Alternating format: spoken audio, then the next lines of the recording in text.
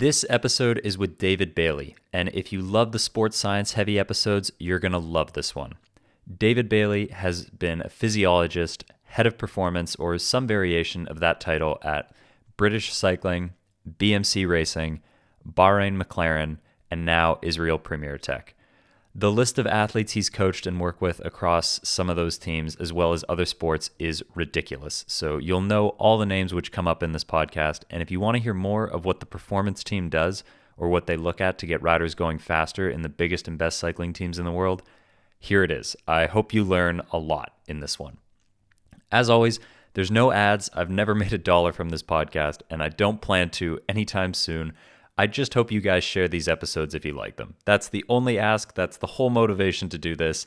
You guys and girls are the reason I do this, so it really does mean the world to me when you share them and help more people find the show. That is the number one way to motivate me to keep cranking these episodes. And if you want more of this information, I wrote a giant book called How to Become a Pro Cyclist to put everything I know into one massive guide for those of you who want to hear the stories about what it's really like, or want help with the training stuff but don't have access to coaches and mentors to learn from. I hope that book helps fill in some of those gaps. I hope that book helps more of you go further than I ever did. I put everything I know in there from all these wonderful experts. I tried to put everything into one massive guide, and you can get the audiobook, ebook, or video series, which is the most popular version, and it's like the book turned into a Netflix series at howtobecomeaprocyclist.com, or you can now get the print edition on Amazon. That's it. I hope you love David Bailey. This was such a fun podcast to record because David's brilliant and the experience he has is incredible from so many of the best riders and teams in the world, but he's very well-spoken and super easy to listen to and follow along. So I had a ton of fun recording this one. I hope you guys love this. I hope it helps you kill some time out on the bike. Enjoy. I mean, I spoke to him and I tried to get him to come here, and it was literally, I suggested the idea about a week after he made an agreement with Visma. This was years ago. But yeah, just a YouTuber that started his own channel analysis and a cycling fan in Australia, and then eventually got so much traction from it, he got to Europe. But he's a super smart guy. He grew up in the UK, he speaks fluent French. His legal expertise meant that he was able to individually negotiate image rights with ASO and RCS, and so I think he's kind of quite savvy. He's now got quite a good support network around him. He has Benji who does them with him, but when I did one for him recently, he had like an audio engineer, and so I think he's quite good at, and he's also quite good at monetizing what he does. I think he said. Yeah. So with Patrick, so his job, what exactly does he do for Visma? He's head of scouting, and so when I spoke to him, because I've contact with, I know him reasonably well because he's good friends with Jack Haig. Okay. Who I used to coach, and that was my first introduction. This is like 4 or 5 years ago. Okay. And occasionally I'll message him because I listen to his podcast and stuff. I love his podcast. And at one point, I asked him whether he was interested, and he'd already just agreed with another team, and that was Visma. And then 2 years after that, I said, "Oh, are you still tied up?" And he said, "I'm looking to have I'm open. My contract's ending with Visma, and I'm looking to have a role that's not just video analysis; it's strategy and scouting." And I was like, "This team is not quite at that point yet." But I guess he convinced Visma to give him that role. Yeah, because our nutritionist who used to be here before the current group went to Visma. I was telling you earlier, and as I saw him, he was at the hotel over the way last week, and I saw him, and he's like, he's basically on management, so he's got a relatively senior role. But they obviously let him do his videos and podcasts. It must be pretty time consuming. I mean, it's awesome. Like, he's got a website. He's got. I mean, it's such a cool business that he's built for himself, because it's like, I mean, I love his podcast. I listen to all of it. I think that's where I get most of my cycling. And I listen to every episode they do, and they give really good insight.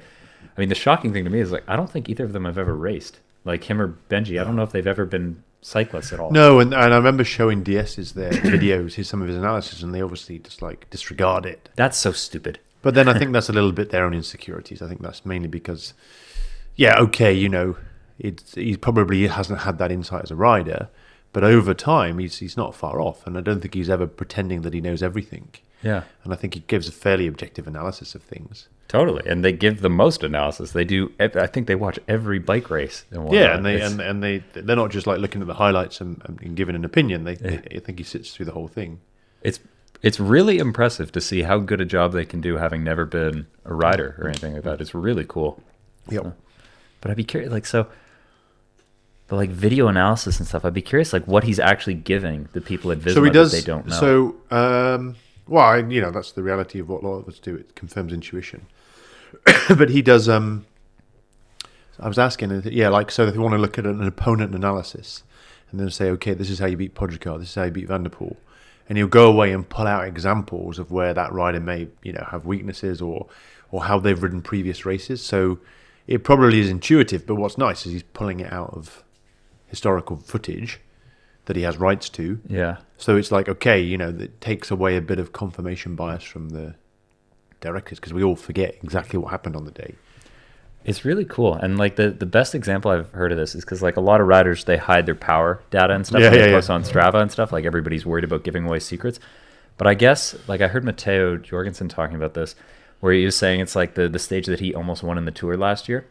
What I think the directors told him before at the bottom, it's like you need like 2 minutes you need to start the last climb 2 minutes ahead of Poggi if you want to win the stage. And I think he started it with like 1:30. And I was like, wow, that's real, like that they can guess that well. No, we do that.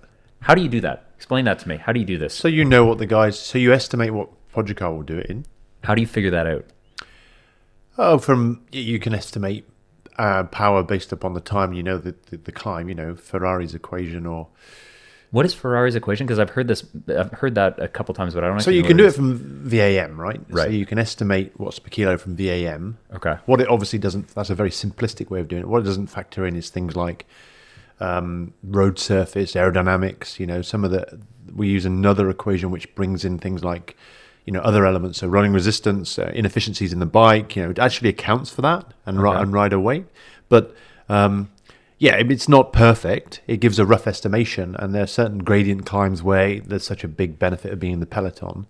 You can't estimate weather conditions, but you can get a rough idea. But a lot of that stuff would be even, no? Like if two riders in the same race, you can assume not that, okay, road surface is the same, wind is the same.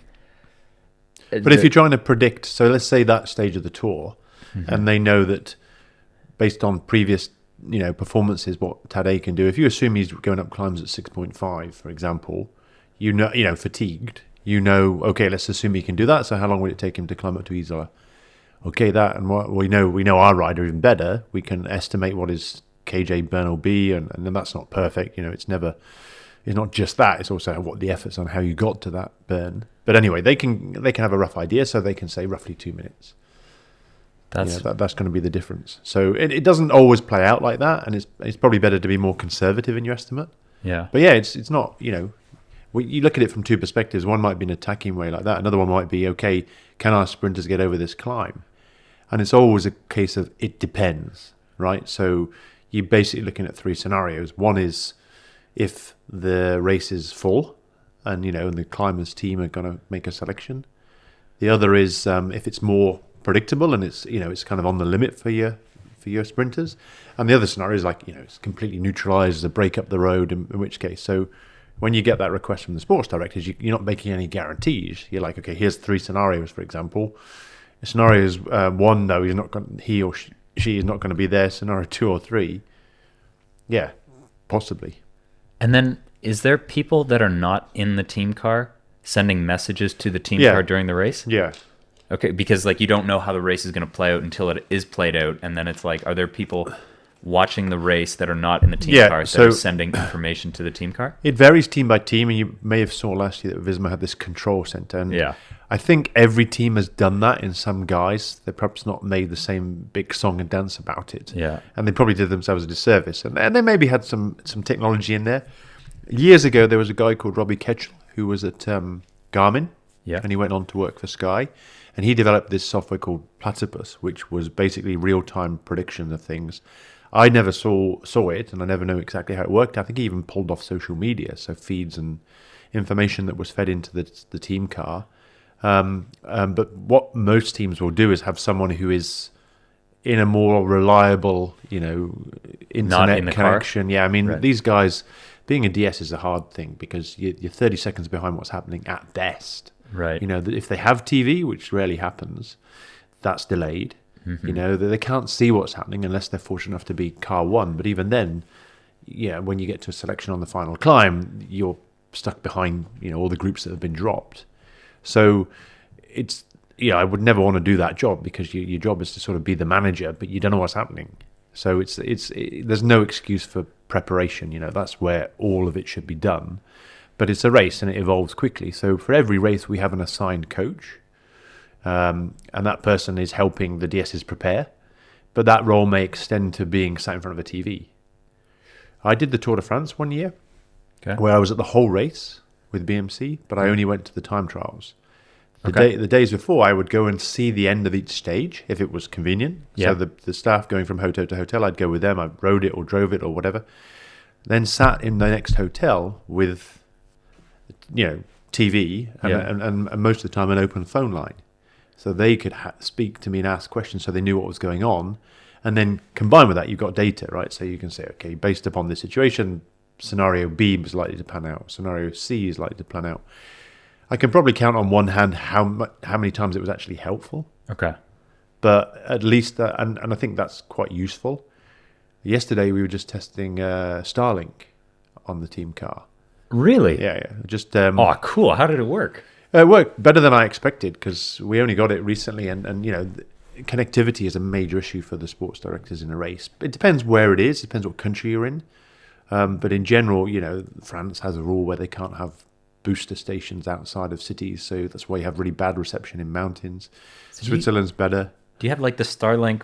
It's like the size of this laptop, right? Yeah, it goes on the one of the stands above the bikes. Oh, cool. So we did it from Pago over to here, and it was over 100 megabytes per second. So the other advantage, I imagine, would be is you're not fighting for bandwidth like everyone else, because you get to the Tour de France, and then even if you've got a full signal, it drops out. So that sounds really simple, but if you can have reliable, connectivity, and that leads to TV footage and then information, then it all adds up. That's really cool. So like, what are you in? Okay, so you said it's like only a handful of times it's actually been useful. But if you're the coach, like, or whoever is sending information in the team car, like specifically, what are they saying other than so and so looks terrible, he's had a bottle? So you're like, what are you saying? Well, it depends on the scenario, but let's say you're at the Tour de France like we have been in previous years, and you're trying to win stages. So there are certain key elements of that stage that would be useful. So our team was never really trying to win a stage from a GC group. Yeah. So you need to get in the break. So then it's like, it's a real crazy start to a stage when the break goes. You often don't see it on TV. In the Tour, it is there. And the sports directors in the car are behind the game. They're mainly relying on race radio, which is the commissaire or the organisation car behind the race who has the most. So we're watching and confirming from TV footage who is in the. So if there's a move and two of our guys are in it, you give that information. If we can identify who that is, then they can communicate directly. So that's when it's really useful.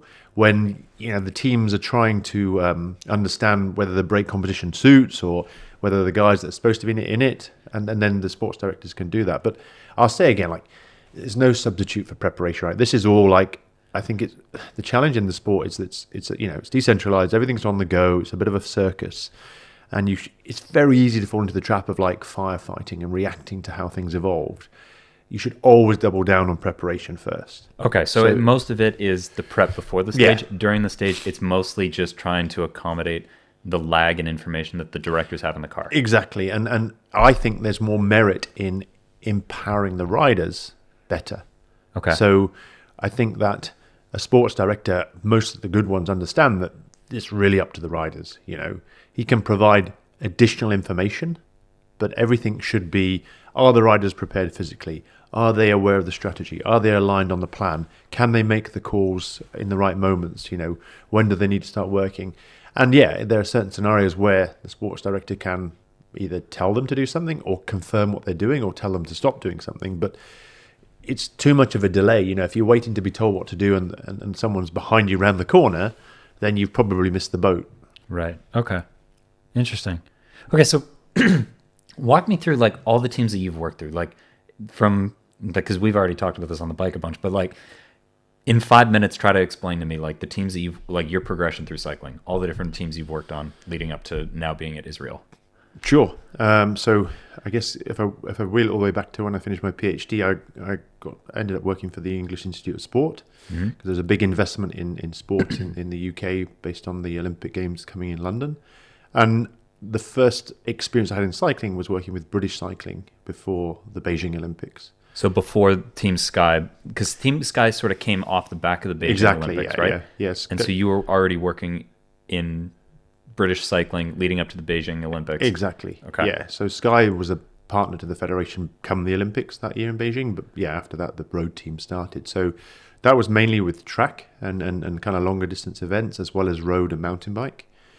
And then then I moved to work with triathlon in the build up to London, and then I went to work for Nestle. So I had a bit of a career change based on my background being in nutrition, but I'd always maintained links in cycling and had coached some professionals, part-time, and ended up with an opportunity to work with BMC at the end of 2014.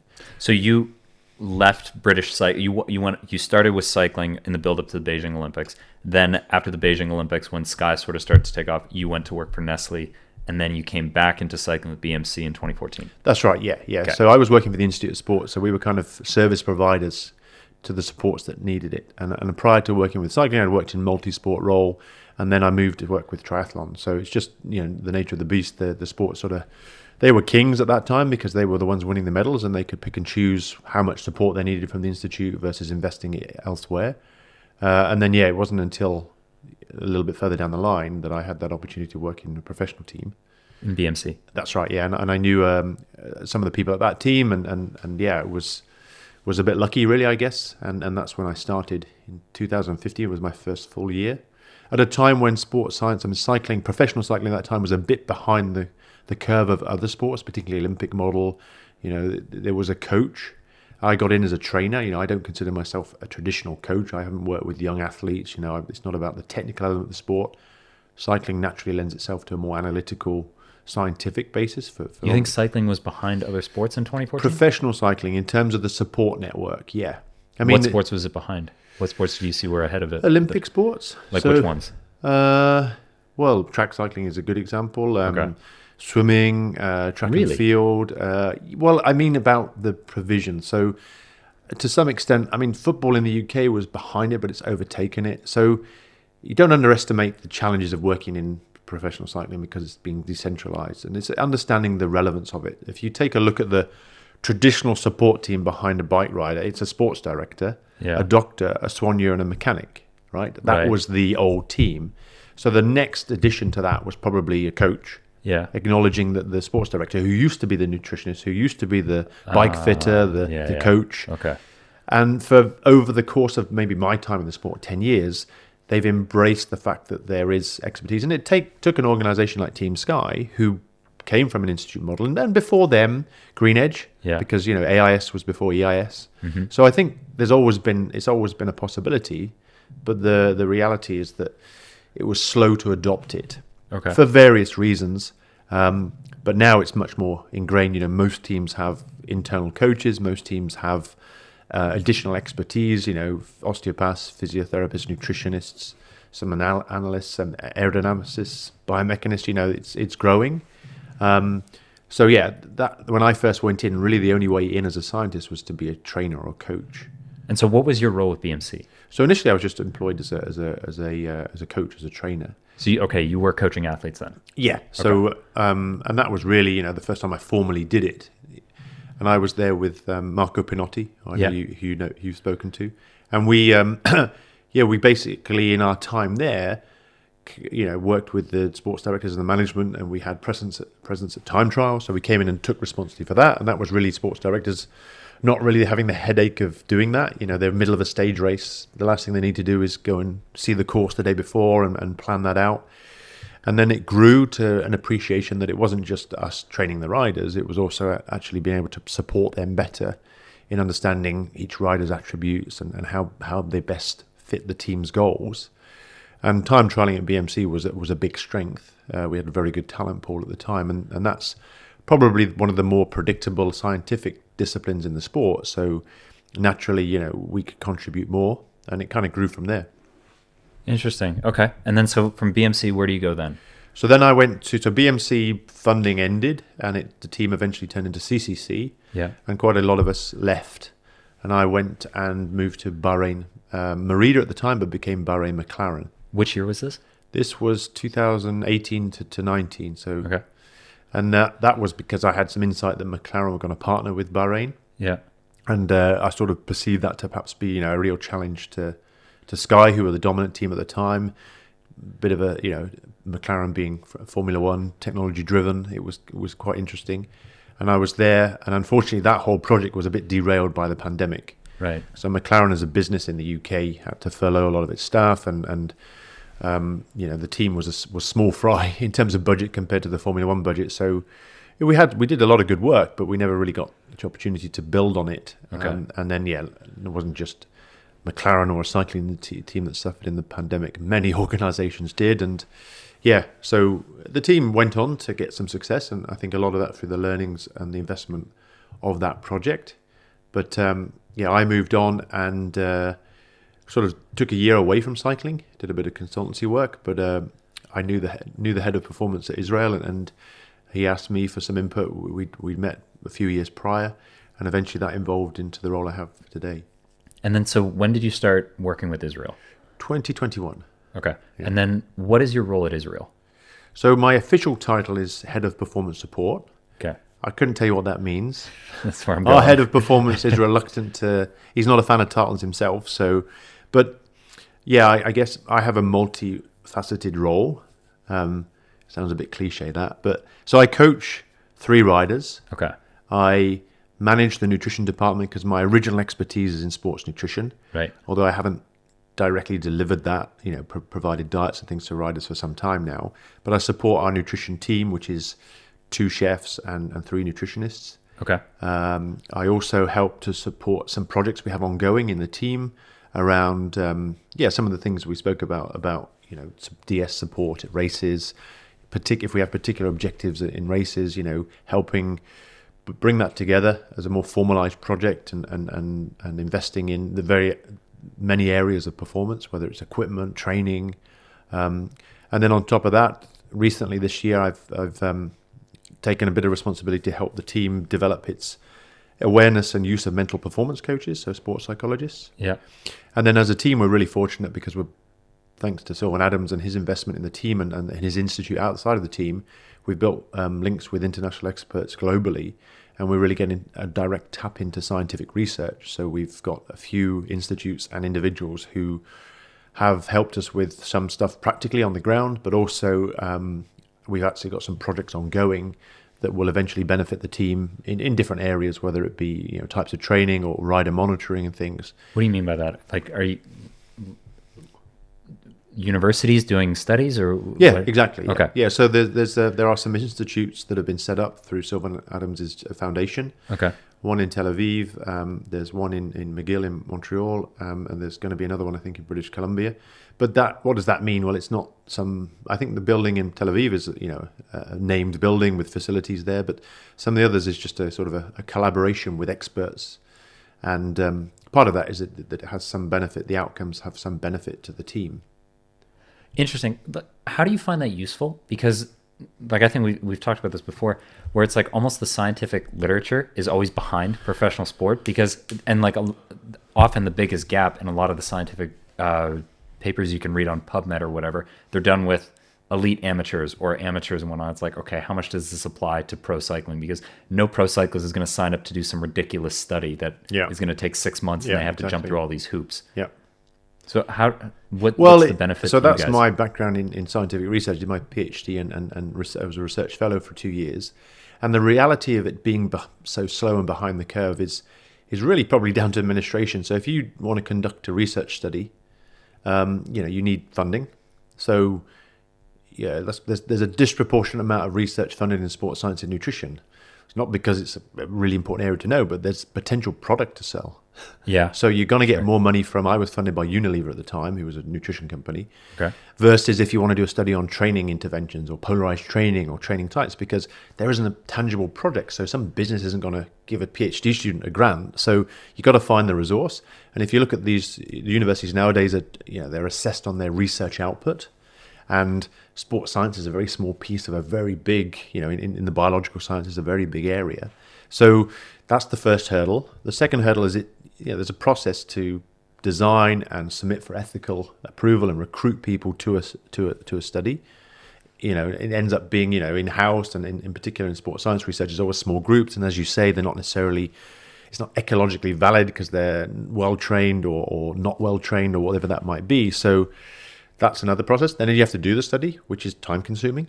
My PhD was on muscle damage and muscle soreness and recovery from that. Yeah. So, that I think tested 30 subjects in a study, and that took, 6 months to do. Then you have to analyze it, and then you publish it. So Right. that you're talking about, a year to get to a point. So by that time, in the world of professional sport, they've all moved on. Yeah. And it's if fundamental research is about hypothesis testing, and it's on testing a sample of the population and using inferential statistics to apply that finding, it's probably highly irrelevant if you're trying to work with elite athletes. Case studies are much better. Yeah. So, a lot of the research is saying, okay, it's like a medical study, right? If I take 100 people and give them this medication and I see a benefit, I can extrapolate that, assuming that's a normal distribution of, that represents the population I'm interested in giving that medication to. Well, we know in sport, it's not a normal distribution, These are all outliers, these athletes. So that's the other limitation of that research. So it's just the juxtaposition between, if you're in academia and you're interested in a field that has direct relevance to a sports team, but your hands are tied by how you get that funding. So this is how the example I gave of how our team is working with some experts is that you're basically cutting through the red tape for them. You're saying, actually, you're smart, you know this area better than we do, and we'll give you an opportunity to share your knowledge and see what we see in elite performers. We're not the only people that do this. A lot of the institutes in Australia and in the UK and other countries, they leverage that as well. And it is still slow because, like I say, it's time consuming. But you're now actually getting to the people directly rather than having to wait for a research paper to be published or go to a conference. And therefore like I say, the researchers at universities, they need to publish, because if it gets published, then that's research output, and then their university, their department gets funding as a result of that. So that's always their currency. Like performance is our currency. Their currency is publications and research. So we're just trying to find the middle ground and say, okay, eventually you might be able to publish this data if it's relevant, but it might, obviously won't be sample testing for a general population. It might be case studies, an example of something that's being used in the real world. And there are a few scientific journals now that accept those kind of submissions because they appreciate its relevance. Right. And okay, so I think this is a relevant example of what you just explained. But so, like, if you look at altitude training, for example, Yep. You read every altitude study on PubMed or whatever, and if you know nothing, it's a great entry level, like a base level. But once you've done a few altitude camps, you understand the basics. I at least found I wasn't really learning so much from reading these studies, because there's a lot of gaps once you sort of have it's like really the kindergarten level explanation of what goes on here. I've learned more about altitude training stuff from actually talking to pros and whatnot. Like, they've never done a scientific study. They just tell you, it's like, I go here, this is what works, this is what I do, blah, blah, blah. And the best example I can think of that is I was talking to Frumi like a week ago or whatever about this, and he was telling me about, is it Karsten that works with you guys? Yes, Karsten Lumber, yeah. I guess Karsten was telling Frumi about this study where that he did. I don't think it was an official study, but they were just looking at how effective are altitude tents and using fake altitude, let's call it, with nitrogen. And the study that they did, and he explained it to Frumi, it's like, I've never seen this study anywhere. I don't think it's a published study. It's just, I guess, what he did, like the case study example. I'm like, that is way more informative than anything I've ever read on PubMed. And so that's sort of the lag where I've been curious about. It's like the pro cycling teams are so far ahead of the science that you read.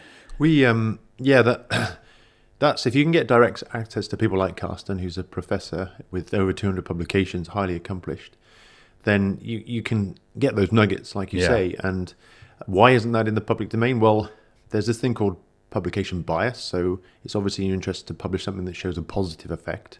Okay. So often these things don't get published. And also it might be that it's just not suitable. Maybe it was underpowered, they didn't have enough people, or maybe they're still doing analysis from it, or it's part of a bigger thing. So yeah, I mean that's great, because we can speak to that person. And it was only recently, you were asking me today about blood flow restriction, and we spoke to an expert recently on our coaches call. We invite people to our coaches call and to some of our other calls who are to pick their brains, and that's helpful. And he spoke about a study in that where they saw no effect and they didn't publish it. So, Okay. I'm sat there as a scientist going, well, you're not really helping collective knowledge advance, Now, maybe there are other factors as to why they didn't publish it, but that's what you've always got to take into account, if you're reading scientific research, is that there's politics and biases behind what you see. It's as though, although science as a philosophy is about objective theory testing, you get to the cutting edge and there are schools of thought that have their opinions and they kind of quite staunch and they aren't really open to new ones, and those people peer review other papers. So the way it works, I don't know if you're aware, you do a research study, you want to publish it in a scientific journal, you submit it, and it's sent sometimes blind, sometimes not blinded, to experts in the area. And if they have a bias and you're basically publishing research that contradicts the finding of years, they may well block it. So although it's supposed to be a much more transparent, objective method, there is bias, particularly at the cutting edge, whether it's altitude or something that's emerging. They're in the early phases, it can be hard to find out the truth or get a more objective insight just because of things like that. Okay, well, let's talk about blood flow restriction then, because this is what I asked you about on the bike today. And I know nothing about this. It's just something I've sort of heard in the background for years, and then I guess Quickstep is now partnering with a company that makes these shorts that have the band that goes at the top of your thigh and you cut off the blood flow a bit. And isn't there a different name for this? Blood flow restriction therapy is but I think there's a different name for it. It's like a Asian name, maybe. I'm not sure what it is. Okay. And so the idea is, or they were partnering with them and saying like, oh, this is a great new recovery tool for our riders and stuff. And I was like, oh, okay, I'm curious about this. So I go and look at it. And they explain like on their website again, I know nothing about this, but the recovery protocol they were saying is it's something like, I think you do 3 sets of maybe 5 body weight squats with the band on, and between each one of those sets, you undo the band, and it's supposed to like release. Once you release, you basically build up pressure in the muscles while you're doing these body weight squats, and then once you release the band, everything flushes out. I'm like, okay, I'm curious if it works or not, but the first thought that went through my head, it's like, good luck asking a guy who just finished a mountain stage in the tour. It's like, okay, can you come do some calisthenics now on the side to help you? He's going to look at you like, no, like I'm done. What do you think about this? Well, as a disclaimer, I'm not an expert. It's not my field of expertise, so I'd just go back to first principles on it. But my understanding of the general rationale is that by restricting blood flow, you create hypoxia, like you get at altitude, like you get in exercise. When you're trying to shuttle blood around the body, there are periods where the muscle is hypoxic, right? And we know that leads to a bunch of cellular adaptations, which are positive for for a variety of things that improve performance. The most obvious one is altitude. Reduced oxygen availability leads to a process that ultimately increases your oxygen carrying capacity. Mm-hmm. But in this scenario, I think I know there's quite a lot of research to show some benefits in rehabilitation where maybe you're limited to the intensity you can do, and it's a way of, relatively speaking, upping that intensity. So if you're unable to train at a high intensity, you can create that hypoxia by restricting blood flow to your legs or to your arms, depending on what activity you're doing. And there is some evidence to show that helps to maintain or prevent the loss of fitness. So you have a broken back, you can't ride the bike, you're going to do wall sits with a band around It's no different in some respects to using hypoxia, but because you get the stress a different way. So first principle is that with training is the stress response. Yeah. So if everything we do as a coach or as a performance team to our athletes is to create a stress, and that stress is a stress. It's not good for the body, but you get this great thing called training adaptation and supercompensation, whereas if you create a stress, there's an adaptation, not just back to baseline, but above that. And athletes, of course, they're notorious because they're the best responders, so they respond to a stress much better than Joe Public. Mm-hmm.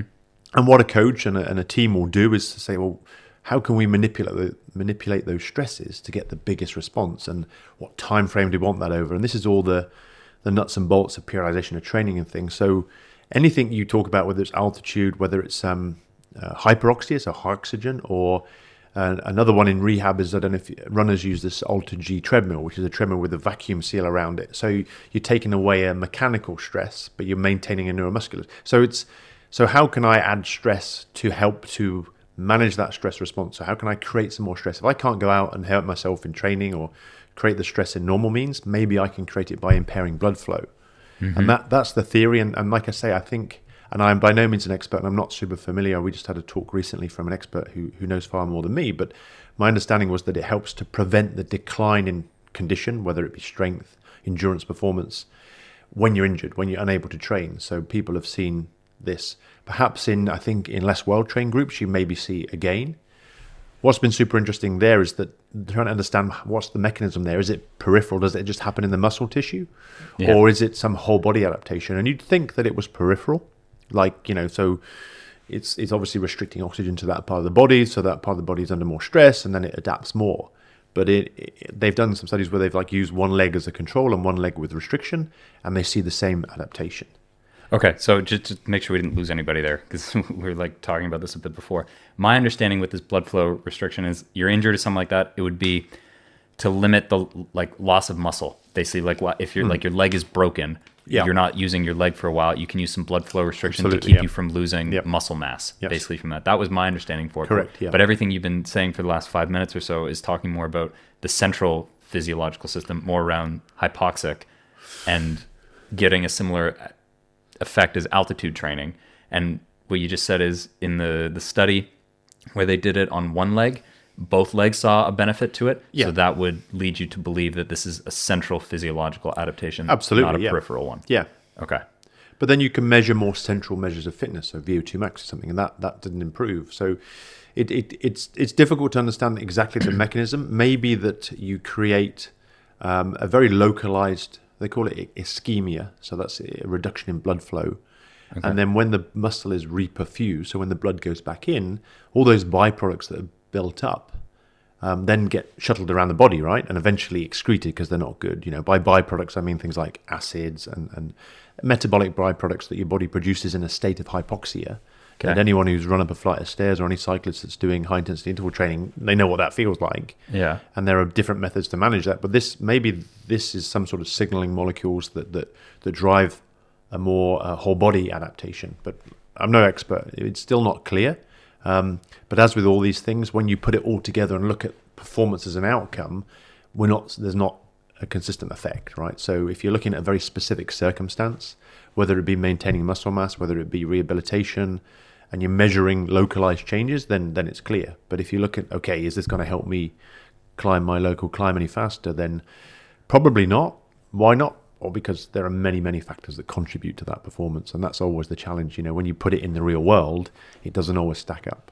Well, it's also there's so many different ways you can stress the body. And I think a lot of it is figuring out, okay, which ones give you the best bang for your buck, because everything you try, there's a fatigue or stress cost to it. It's like, okay, we can't do 100 different things here. We got to pick a couple that give us the best boost. Exactly. And this is that's probably the philosophy that underpins the whole marginal gains thing, which has been misinterpreted by the majority of people because it's human nature to assume a margin is small. But a margin is just a component of something, right? It's a margin of something. It could be 1%, it could be 20%.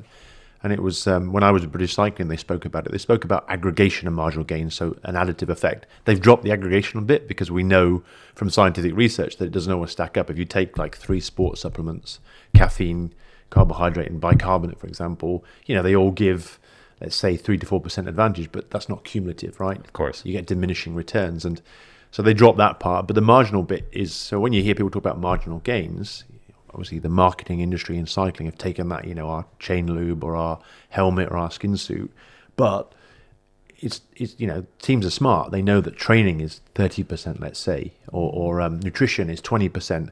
That's where they invest it. So it's an understanding that performance is multifactorial. And it's trying to control yourself when you see a guy lose a sprint by, half a wheel, or a guy win a climb by 3 seconds. That isn't because it's just coincidence that maybe the wheels he was using is half a wheel, or the nutrition he was using gave him 3 seconds. No. That difference. So if performance represents all those margins, the difference between you and the guy that won or the guy you beat is also a function of all those differences. Right. Okay. What are some of the different training toys and stuff that you like? Because there's so many. We just talked about blood flow restriction. There's massage guns. There's Normatex. There's breathing training things. There's a million different training toys. Are there any ones that you like? Cool. There's so many I could probably forget. People love spending money on toys. Yeah. Well, you're speaking a bit more about the placebo effect, but I mean, every year or every 6 months something comes out, you know, and the old adage I always remember from a professor I had was that if it sounds too good to be true, it probably isn't. Yeah. So the reality is that, everything comes out with a heavy marketing angle. And I saw a good slide once that showed how, you know, we've had recently lots of biometric sensors, lots of wearable tech is out now. Yeah. And Super Sapiens brought out the continuous glucose monitor. You know, there's different trackers for sleep and recovery. And I actually saw an interesting schematic from a scientist who talked about the implementation of technology in sport to help with recovery and training. And he actually did it and compared it to how you might run clinical trials for a new drug. So, you know, when we're all familiar with that process from the pandemic, that, you know, vaccines were developed and there's phases of testing before it gets rolled out in the real world. And that's how you should do it diligently, right? You know, here's an intervention. It may or may not help, so I need to go through a process of testing. But a lot of these manufacturers, unbeknown to athletes, or maybe some of them are quite smart, they actually use them as a marketing tool in the first instance. Yeah. And in reality, they're probably completely skipping that process of clinical testing and going straight to the athlete, because there's a placebo effect. They know that you can't tease out all those factors. Yeah. So the challenge that we have is that 90% of the time, these things, it's not that they don't stack up, but they're either not developed enough to be meaningful, or they're still in a phase where, you know, we don't really know how it's helping. And that's because of how they've been implemented. You know, they're coming in and saying, okay, this is great. You know, we've been testing sweat sensors, we've been testing core body temperature sensors. And if you dive into the reliability and validity of something, irrespective of its efficacy, but is it consistent? Does it always measure the same thing? You'd be surprised how often it doesn't. Okay. So were there any that were like valuable? Did you learn anything useful from the CGM monitors that were around for like 2 years? The sleep track? Because, I mean, the CGM monitors, I never tried them. But from everybody that I talked to with it, it's like it kind of just told them what they already know. Like there wasn't, I mean, I've only talked to a handful of guys that use them. But like the joking line that I think I even wrote about it in my book was like the big takeaway. A lot of the guys said it's like, eat your eggs before your oats. I was like, what does that mean? It's like, well, if you eat your protein and your fat before your carbohydrates, you reduce the glycogen spike to it. I was like, okay. Or like the first training camp I did with you guys in 2021, Froomey had one on the whole time. And this is like, 2021, so just before they were banned before it. And he was like staring at the thing all day long when he was doing these fasted rides. And I'm like, dude, what are you looking at? Like, I'm just looking at the graph. I'm like, dude, you've had an apple. We've been out for 7 hours. Like, it started at 0. It's still going to be 0 all day. Or like the sleep trackers is another one. It's like, I've tried the sleep tracker. It's like, it's really accurate, but I'm like, it doesn't really tell me anything I don't already know. Like I already know how to get good sleep. And if I wake up in the morning, it just kind of confirms what I already know. Have you ever learned anything from any of these things? Yes, absolutely. I think if you acknowledge that they're tools and every tool has limitations, it can help to understand things. So as you said, you know, as every athlete should and does know their body very well, but these things can help to confirm that. You know, it's like, you know, your subjective opinion varies day by day. So if you've got like a power meter is probably the best example, something that's measuring your performance day in, day out. You know, irrespective of your mood, it doesn't have mood, it doesn't have sleep deprivation. So you can rely on that as a consistent tool. Yeah. And then all of this evolving technology, whether it's sleep monitoring or monitoring heart rate variability, and these things can help to guide your training prescription. But I think to this day, one of the best ways to track training status and recovery status is perceived state.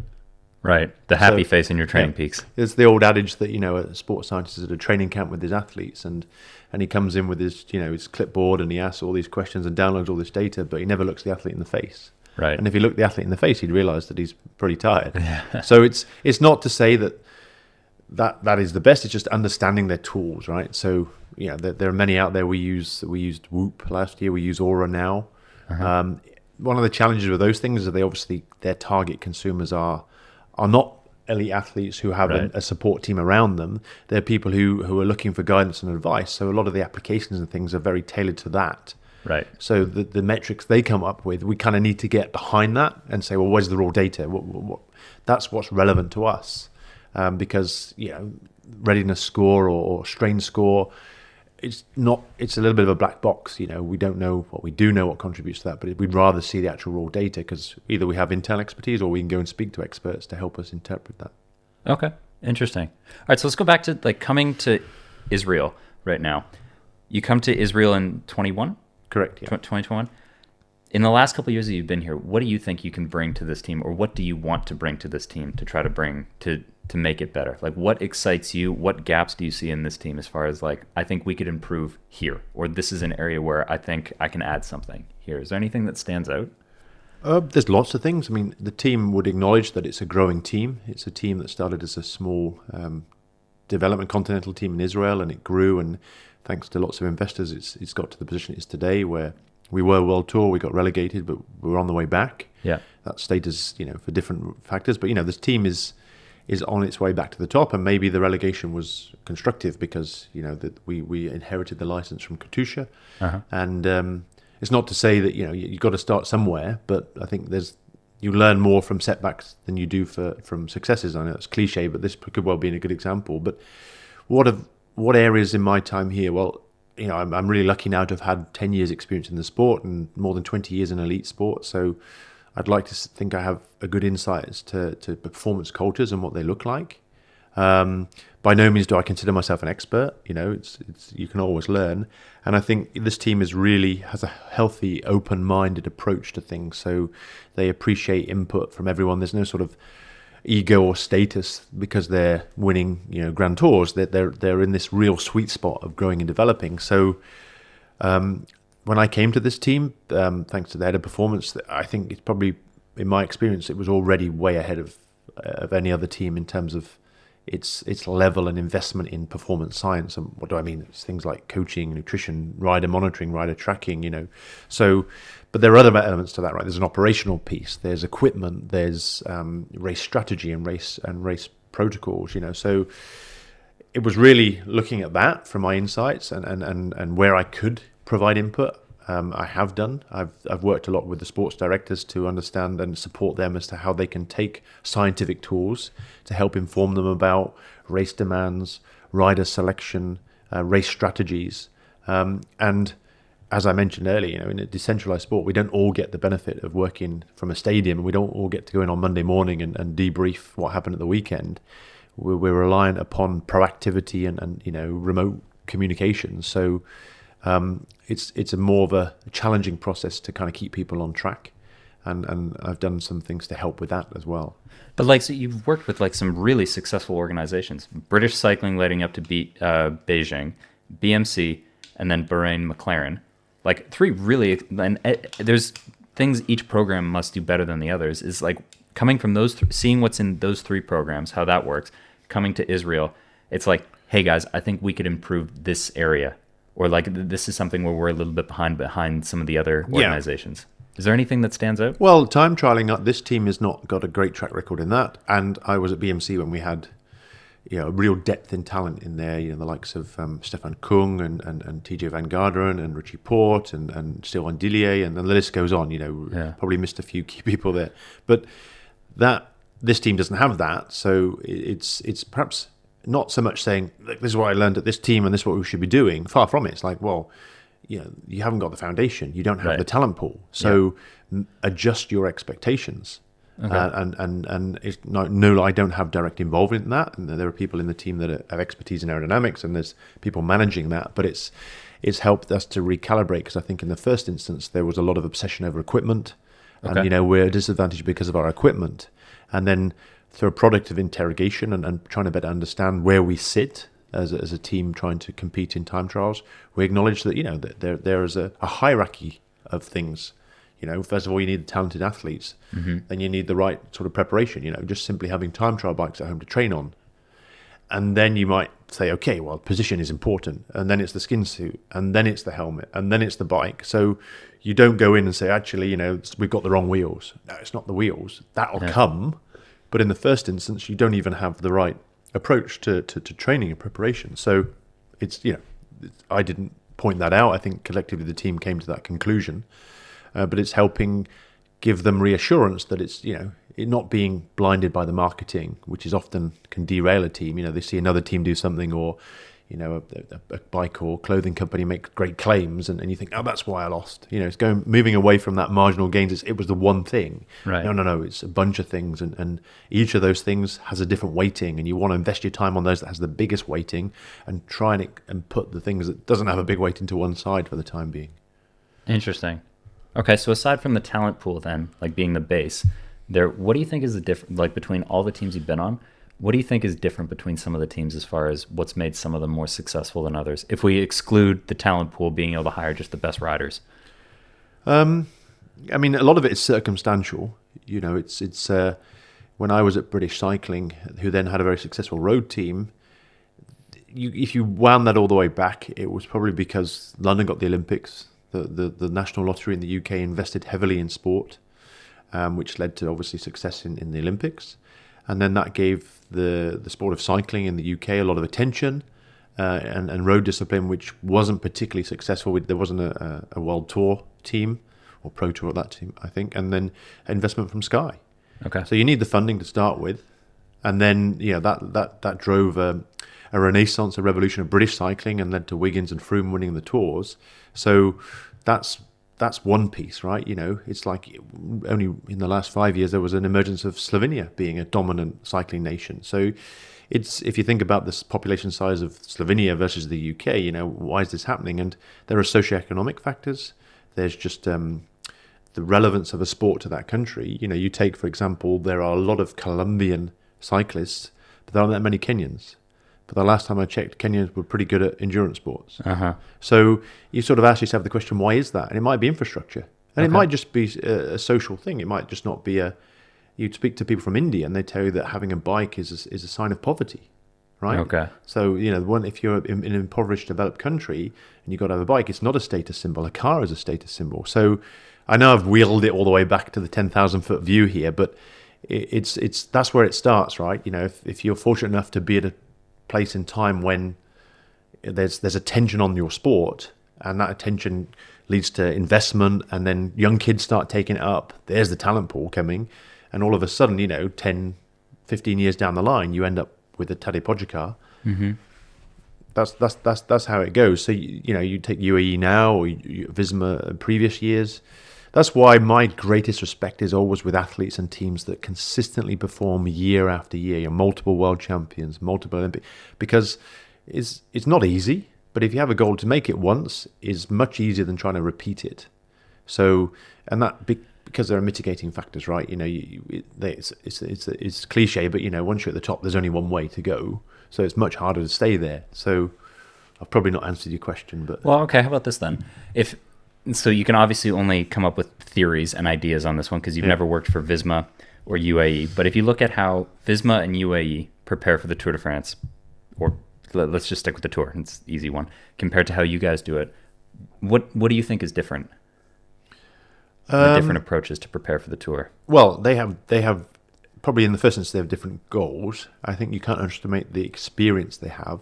I mean, you take Visma, for example, you can wheel that team all the way back to Blanco without the sponsor. And, they obviously had investment from sponsor over the year, but I think it's the same cohort of people who have been there all that time. And I know a few of them. And, they had ambitions years ago, and they were lucky enough to have managers and investors who stayed true to the course. A lot of it's experience. So they've got to a point where they've informed and themselves to a point where they have expertise, and they've learned from their mistakes, they've learned from their successes. So now as an organization, irrespective of their budget and the number of people they have, they know what worked for them. Now that doesn't mean that's copy and paste to other teams. I think UAE is maybe a bit different, a big investment from UAE, the Emirates, and then the good fortune of finding Pogačar. And I think we spoke earlier, I think everyone will forget that he was there with a good team, but not the team he has now. Yeah. So, in history, perhaps may forget that, and they'll think that, that team was dominant because there was him and then all these other guys. Yeah. When in reality, he perhaps was a tipping point for that team. Well, that's like, I talked to John Wakefield about this, and it was like, when Pogačar was first coming up, it was him and Fabio Aru fighting for leadership of the team. Like, that's where he started from with that. And then Poggy wins, like John explained, this is like the team was sort of Like not nearly as professional as it was at the time. Poggy wins the Tour, and then they're like, "Oh, we got a winner. Okay, let's just dump all the resources into this. Now now the train is rolling." But he started it. He didn't come up in a super team. No, exactly. Yeah. So I think there is by design and there's by chance, and I think we perhaps collectively don't acknowledge the chance part. It's human nature that when you do get success on the world stage, you say, "Yeah, we designed that. That was our call." When in some instances, you may just have had some good fortune. Yeah. No one blames you for that. That's enjoy it while you have it, because it'll be taken away tomorrow. But then, that it's good to reflect on that, because if you become a little bit single-minded and think it was all down to your design, then you may well get caught out in the future. Interesting. Okay. You want to talk about sports psychology? Sure. Yeah. Okay. I'm not an expert though, but we can. Well, no, neither am I. But here's the thing: I've never liked asking the question about sports psychology on my own fault, because I've just never been good at asking the question. So whenever I've sort of asked about it, I ask a very vague question, and I get a very vague answer back, and I get a lot. It's like the equivalent of going into a business meeting, and you hear it's all about finding the balance, or it's all about synergy, and I'm like, Jesus Christ, like, okay, this is not useful at all. And so the way that I've thought about sports psychology. And I've never worked with a sports psych. This is all just stuff that I've figured out on my own. And I sort of look at it like there's sports psychology for the individual, which is making you better and what you can do just for yourself. And then there's, I don't know if this is really sports psychology, but I see the other part as like team building, and as far as how you get the team working well together. And so if I were to give like a specific example, like what worked well for me on maybe the best practice I ever came up with for my own, like to work on my own self here, was something that I used to do. Like I did this for years. I haven't done it for the last 2 years because it just hasn't been applicable to my life for the last 2 years, but was a daily journal that I came up with. And I made this up. Like I read other books and I just took bits and pieces for it, and I tried all these different things. And this was the framework that stuck. And I just did this every single day for years. And the daily journal that I would write in, like if anyone wants to copy it, it was at the top, I'd write the date at the top. So I did this at the end of the day right before I went to bed every night. And then I always felt like if I did it right before bed, it was like downloaded into my brain and I would remember it for the next day. And so I'd write the date at the top. So I'd just do it in like the Evernotes or the Notion app on my computer. At first I was doing it in like paper journals, and then I switched to my computer. But it was, I'd write the date at the top of the page. And then the first part was, what are the 3 goals for tomorrow? So like so I'll give you an example from like today's session to make it more clear. But first was like, what are the 3 goals for tomorrow? The next, I would write out the schedule for tomorrow, and I would go into like such detail of my schedule. And I took this from James Clear's Atomic Habits book, where you have like the habit stacking thing. Yep. So when I would write the schedule, it would be like, wake up. If there was a time, I would like apply the time. And it was like brush teeth, cold shower, breakfast, core training, whatever. Like, and I would go through like that level of detail, like writing, like brush my teeth and take a shower in it. And I would just go through the schedule of the day, because that helped me think, as far as like, it was almost like it would run on autopilot, and it just made me so much more efficient at getting through my day. And that was how I would plan out and then the last one was in what is the overall objective for tomorrow in 1 sentence. And the way I took this was on like the hardest blocks of training I'd ever have. You'd be on like the last day and you're like on your knees and you just got to get through this last day of training. And so for a while I would write out like a motivational sentence that I would just like tape to my handlebars. Like just like a quick like pep talk that I would just like keep looking at when I'm just trying to get through this last day. And so I took that into my journal, and I would be like, okay, summarize the overall objective of tomorrow in 1 sentence. And that's the one thing you can repeat every day tomorrow. And then so that is now setting up tomorrow better. And then the next part of the journal entry was reviewing today. And so the first part was 3 things I'm grateful for. And this came from when I was like my first year in Europe and I was so depressed and lonely and hating it. And I was like, what's 3 things I'm grateful for? Like I heard a bird sing today, or like somebody smiled at me at the grocery store, just like anything at this point. And then it was 3 things I was grateful for, 3 things I could have done better. Like what are 3 things I could have improved? And the nice thing is, like, even on a day when like you freaking nailed it, like it was perfect, you did everything right today, to actually just get your brain thinking, it's like, how could I have made that even better? I found that was really useful. And then it was a list of everything that was awesome. So it could be like, as long as you want, everything that was awesome today. And then so that was my schedule. And then so if I were to give an example for it, like I can use today. I didn't do it yesterday, but like, so today we had today's training session was, this is the other thing. We're doing the podcast after the hardest training day of the whole camp. So if I can't string a sentence together, that's why. But so like today was whatever, it was like 5.5 hours, I think, 180K. And then we did 2, so it was like a fatigue resistance type day where we had 2 climbs earlier in the day at whatever it was, 5 watts per kilo or something like that. Up the climb, like you were motor pacing us on the e-bike. And then the last climb of the day, it's just like go all out, like try to get the KOM on it. And so if I were to have done this journal for today, the 3 goals could have been fuel well all during the day, hydrate, arrive at the last effort is primed as I could, like treat it like a race, basically, like focus on that the whole day. And then the schedule, I would have just gone through the whole schedule, what I'm going to eat, all this kind of stuff all day long. And then overall objective for the day, an example of that could be like, when I finish the last effort, be able to say I couldn't have gone any harder. Like I got everything out. And then so that's how I would have done it. And then I would write the review of yesterday for that. But that's how I would have done it. So that was my way of doing sports psychology for myself, the individual. Right. And then when it came to team building, from like seeing all the different teams and stuff that I've been around, I think because it's so individual for each different team. And the way that I've seen it the best is if you divide the riders up between the older riders and the younger riders. And then when I've seen it work really well, you have younger riders who like they all know everything at this point. They know everything, but they know everything about working in their little bubble. Their training, their recovery, they know how to optimize them.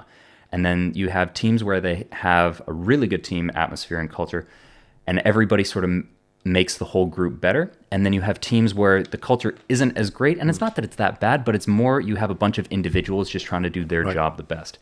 And so the bad example would be you have the younger riders where they know everything and they don't really want to learn.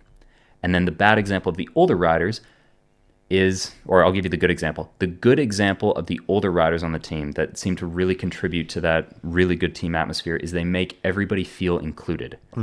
And so you have, like, I think the obvious example is, let's say you're at a training camp and you have almost like a divide between the young guys and the older guys. And some of the young guys, super motivated, they want to train, push all the time, like go, go, go.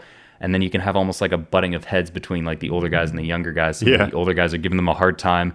And it's not bullying, like that's way too strong a word, but it's almost like trying to push them down a little bit, where it's like the better way to do it is to try to make the guy feel included and teach him from making the same mistakes that you made, but in a way that makes him feel included, not bullying him and teasing him and all this kind of stuff.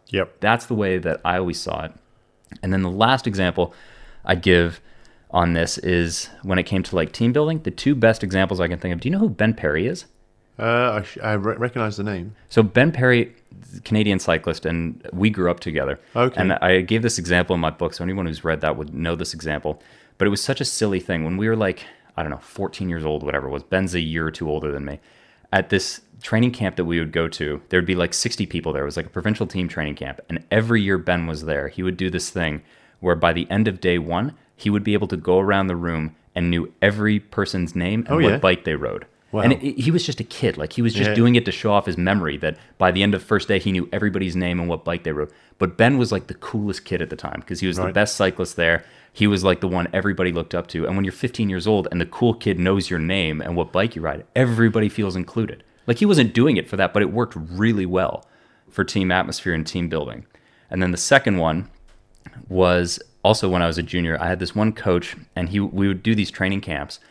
And if there was ever a rider that was falling behind or doing something wrong in the group, my coach, Rick, he wouldn't point to that person and tell them what they were doing wrong. He would say, like, as we're all sitting around the dinner table, it's like, okay, guys, it's time for group therapy. And we're like, oh, geez, okay, who are we picking on tonight type thing? And he'd be like, okay, like, Jack, it's group therapy for you. And then everybody has to go around the table and tell me what I'm doing wrong in, like, constructive criticism way. Because if Rick just started yelling at me, telling me this, it would go in one ear and out the other. Because I'm an 18-year-old kid. I know better. This is just some old guy yelling at me.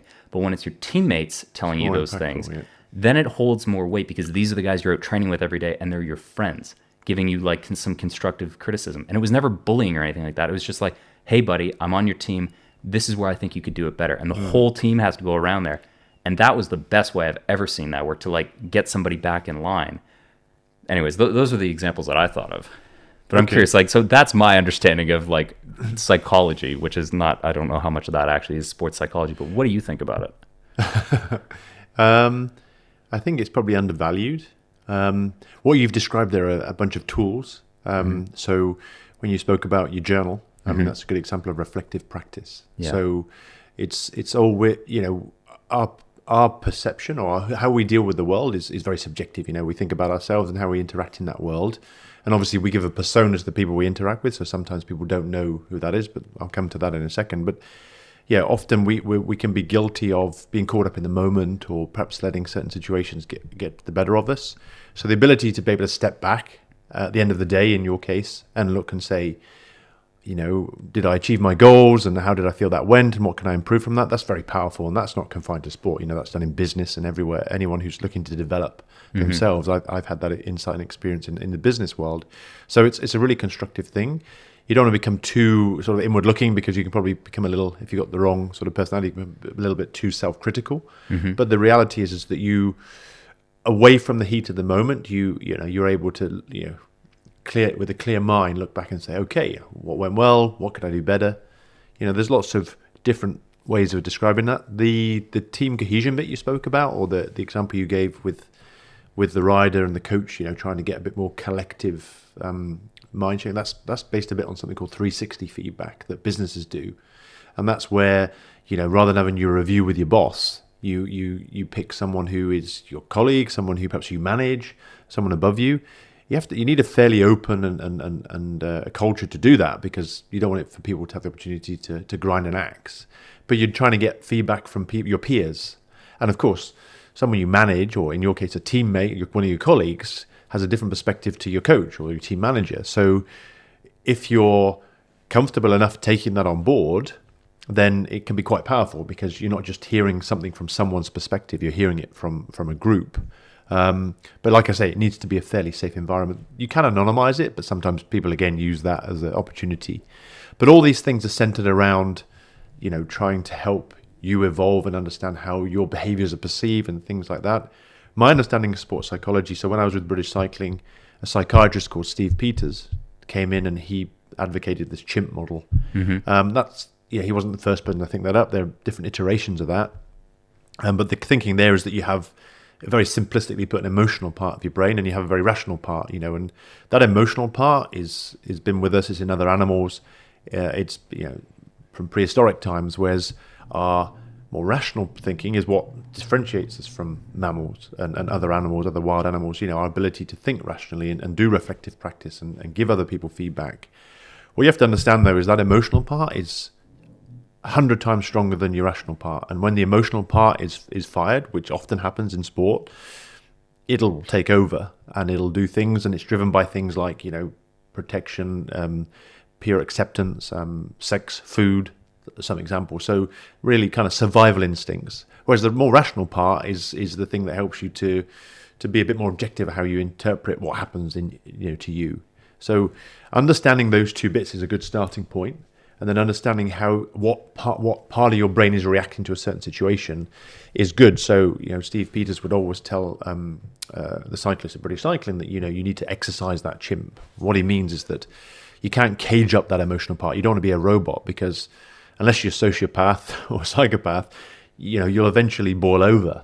And if you're worried about a competition or a particular event, or, you're in a contract year and you want to, show your worth, you have to accept that chimp can take over. So you need to speak to someone, potentially someone who's not, or preferably someone who's not, signing your contract. Maybe it's a family member, maybe it's a good friend, and you can get something off your chest. And, generally speaking, people after 10 or 20 minutes of that, they've worn that chimp out. Some people do it in other ways. Some people might go out and they might do it in training. They might find that going out and training hard, tires that chimp out. And you need to do that. You need to manage that, because it helps you keep a clearer mind. But you also have to accept that it's always there and you can't fight it. What does that mean in terms of sports psychology? I think that's just to help athletes deal with performance anxiety, how they manage themselves. I think we all have coping strategies for everything we go through in life, right? And they're evolved. No one necessarily tells you, trains you in how to cope with things. Maybe your parents help you. There's lots of nurture pieces that help you develop that. But some people are lucky, they're quite resilient and they're quite robust and they cope well. Other people cope terribly. And most people, it goes unnoticed, because people don't, do their job in front of an audience of 2 million, or how they perform that weekend dictates whether they're paid or not. So I think that's where athletes, and there are other professions too, are under the spotlight. and therefore, there's a lot of pressure on them. So having robust coping strategies and understanding how they work is important. And for an individual athlete, going into, if you're the favorite for the Tour de France, then that comes with the weight of expectation. And that's why earlier when I said I respect, repeated champions, it's because they're doing it with ever increasing expectation. And they've obviously got a fairly robust coping strategy. But like I say, some people are blessed with being quite resilient and generally can manage it. Others, fall apart. And sports psychology helps people to understand that and understand strategies to manage that, which is some of the things you spoke about. And they're the tools. So what you see at the face is no different to a power meter or a heart rate monitor. These are just tools that help to cope and help individuals on a one-by-one basis. It's very individual. Okay, this is the closest I've ever come to understanding this chimp paradox. I want to make sure I actually, because I'm going to try to make sure I understand this here. So you have your logical brain and your emotional brain. Correct. Emotional brain is the chimp brain. Yep. And then so if you're trying to win the Tour de France, it's unreasonable, correct me if I'm misunderstanding here, it's unreasonable to always think logically and to sort of force yourself to always think logically there. And so Steve Peters' advice was to find a way to release almost like a release valve for the chimp part of your brain in something outside of your sport, so it doesn't release in the middle of a race. Is that? Well, yeah. I mean, that would be ideal. The reality is that a race is a stressful situation. Yeah. And remember, it's driving survival instinct. So if you're on a descent or you're on a cobbled stage or something, then just being aware that it may raise its head and understand how to manage it. So I remember on multiple scenarios, a bike rider underperforms on a day or has a mechanical problem and throws his toys, and throws his helmet or whatever. It's not that it's acceptable, but it is acceptable in the sense that, okay, that person is understandably frustrated. So when the first thing I say to any athlete that's had bad performance is, be annoyed, be fed up, get angry. That's completely normal.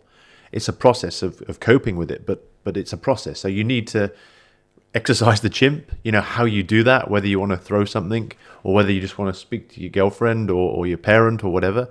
And that person listens, and listening is key in that situation. You don't want to fuel the chimp. You don't want to wind the chimp up by giving a counterpoint or something. But yeah, so it's an awareness of it. It's not trying to prevent it from happening. But if you do become more aware and you understand what triggers you and you understand effective strategies to do that, and it might be taking yourself away. You might be someone who, how do I manage in that situation? That might not be practically possible. I know athletes that do some cognitive skills and therapies or CBT, cognitive behavioral training, that help them to manage it, before a race, before a time trial, for example. There might be some techniques that you can. Are they playing video games before a time trial? What? For example, yeah. Okay, can you explain this to me? Well, I'm not the expert, so I'm not the person to ask that question to. But there are psychological tools to help you manage performance anxiety, and it might be something as simple as what you've described, where we all would like to control the world we live in, and we all are fully aware that performance in sport is very uncontrollable. In an ideal world, like on your ride today, that you can control everything. That you're not following an e-bike that you don't know when it's going to accelerate. You're not doing a climb that maybe you don't know as well as your climb at home. So inevitably, we have to be comfortable with a lack of control, and it's understanding how you manage that. So whether it's writing a journal and saying, okay, basically you're indirectly saying, well, this is what I can control in the day, and then looking back on it, okay, I did that well, I hit that one, but I didn't do that one, but I didn't do that one because I couldn't control that. It wasn't my fault that the car giving you the food got lost and you didn't get any food for an hour, for example. That didn't happen, but for example. So it's just a process of acceptance, I guess. It's like saying, okay, that there might be something, because the danger is you go down a rabbit hole, and the reality is that you couldn't accept that. I coach a rider who competed in national championships recently, and national championships are notoriously hard to win because there's no team tactics, and sometimes there'd be a dominance of teams, and he was third, but he, in the race strategy, was to isolate the stronger riders, and he got in a break and got a race winning gap from the stronger riders, but he was still with half a dozen people, and 2 of them beat him. And he's frustrated afterwards because, geez, I should have made the race harder to select these guys. No. Go back to what your plan was, like you talk about with your journal. You can't do everything. So accept that you hit your goals. Your strategy was effective because you distanced the stronger riders and you made the selection more in your favor. But you can't account for every variable. So, yeah, in the future, you now know that these 2 guys are strong, and in a certain scenario, you got to have eyes on them. But it's not to say, it's trying to learn from the experience and not beat yourself up over it. Okay, that sounds more like accepting the circumstances at the end of the race. Yeah. Like not spiraling out of control and like, okay, dust yourself off, get up tomorrow. Right. Like that part I understand. But if, let's say, a rider is struggling with, okay, I can give you 2 examples here, like 2 different avatars. You have one rider where they get a flat tire in the middle of the race and they explode and they start throwing the bike, or the chain breaks and they throw the bike and they just lose their mind off of that. Or you have another rider where, let's say, they get really excited and they get like really emotional and like they really believe in themselves so much that it's like, okay, today is the day I'm going to win from 100K out solo type thing. And it's like, let's say that's the chimp brain saying like, hey, great to have all this belief in yourself, but logical brain says you're probably not strong enough to do that today. Or for the person struggles, let's say, to control their anger a little bit, maybe throwing the bike is not the best idea. Try to be calm. Like, what is the practice? So I understand in accepting the situation at the end of the race, going through, reviewing, what could I have done better? That I understand. Right. During the race, to keep someone from blowing up or like managing this or being a little more logical and not so riding off panache and believing in hopes and dreams and fairy dust, what are the protocols or practices or tools for someone like that to actually use during competition? Is there anything that you can add on that? Yeah, again, I underline the fact that I'm not an expert, so I'm only speaking from insights I've had of working with people far smarter than me in this field. But those ones it's the same principle, right? And it speaks a bit to what we spoke about earlier about preparation being key, when it comes to performance, and not relying on things that happen in the moment, because that's probably what is more likely to result in a reaction, an emotional chimp brain reaction. So in those 2 scenarios, it's having an awareness, but that probably comes from an initial blowout, right? So whether it's be over enthusiasm or whether it's just anger management things, it's like, first of all, reflective practice is acknowledging that that's a behavior you have and that it's not constructive, because it might be constructive. It might be that I know many cyclists that need to get angry to win. People find their motivations from different things. Some people are out to prove others wrong. Some people are, there's this technique where you can have an alter ego, right? So maybe you're someone who is pretty chilled and you don't, you find it really hard to fight for space in the peloton or in the sprints. So maybe you give yourself an alter ego as to some sort of like villainous figure and you give that person a name, and that's how you psychologically embrace a bunch of behaviors that you perhaps wouldn't normally experience, and you fuel a part of the chimp brain that can be constructive. So it's not to say you want to eradicate these things, it's just understanding when it does you a favor and when it doesn't do you a favor. So right. Whether it be over enthusiasm or anger management, it's like, okay, well, could you have been more constructive? And in that moment, you upskill those people with those tools. So when they re-encounter that situation, they are more self-aware and then can use it in a more constructive way. It sounds simple. It's not that simple, because clarity of thought is a challenge when you're descending at 80 kilometers an hour, dressed in lycra on roads you've never ridden before. There's a lot of factors there. Why I've got so much respect for professional cyclists, because a lot can go wrong. They're not the luxury of a stadium that's safe and controlled. We've seen recently the challenges they face, but I think endurance sports are interesting because I used to work with canoe slalom, and these guys always impressed me for their psychological robustness. And that was that they do a course, whitewater course. There are a number of rounds. There's a qualifying round, a semi-final, and a final. And they don't get to, people don't know this, but they don't get to paddle the course until their first round. They get to see someone else do it. It's not like, you go and you're going to do a time trial and you go and ride the course in the morning. Yeah. They don't, because they don't want to, they basically, I don't know why, it's their way of defining the sport. Equality in giving people the opportunity to practice. The river runs 24/7, 365. Why can't you just Well, they move the gates around. So I'm talking about the specific course design. So they may have trained on that course, but then coaches randomly from different nations design the course, and they watch one person, a demo paddler, do it. So they all get to see someone do it, and they'll have competed on that course if it's an Olympic course or wherever it might be, whether it's an artificial one or a river. They'll know the currents and the waves, but they won't get to specifically practice where the gates are and if they're upstream and downstream. So if they touch a gate, it's 2 seconds. If they miss a gate, it's around 50 seconds. Or that's what it was when I worked at that sport. So if you miss a gate in your qualifying round, weekend over. You may have travelled out and been practicing all week, and then they set the course up and you miss it. And I've been at competitions with these guys where, they've been a favourite and they have bad luck and it's water, it's fluid, you can't predict it all the time. They miss a gate and they go from all that preparation to nothing. And there's a very quick acceptance, and it's not the only example. There are other sports where, one mistake and it's game over. Whereas endurance sports typically are interesting because you have opportunity to recover from error. Mm-hmm. So you got a 6-hour bike race, so that's why as a spectator it's sometimes really interesting, because it's not a sort of like, last man standing. Once you're out, you're out. No, people can come back.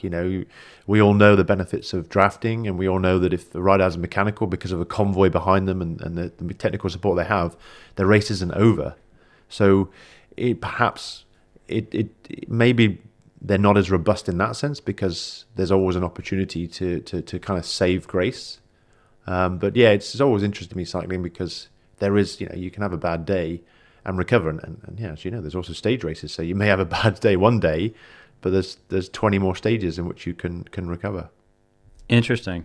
The whole sports psychology thing, like I really enjoy that we're talking about this, but I guess like the only thing I can speak about is like my own experience with it. And I guess at least like, again, strictly just for me, I've always had a pretty good or a really easy time with like something happens, brushing it off and moving forward, like not dwelling on yourself and being like, okay, it's done. Review it really quick. What did we learn? Okay, moving on. Like I've never really had a problem with spiraling out of control and all that kind of stuff. The bigger problem that I've had to work on for myself, at least, is a more like before the let's pick a time trial for example, and then like something that I think is a good characteristic that I have is like a lot of confidence and self-belief, and like it doesn't take much to get me motivated. I can be like revved up to the limit type thing, but I have to constantly remind myself to not, you get excited before a race, you've done all the prep, you're like super excited, like, oh, I'm going to smash these guys. And like, you're so fired up to just like go rip the pedals off the bike type thing.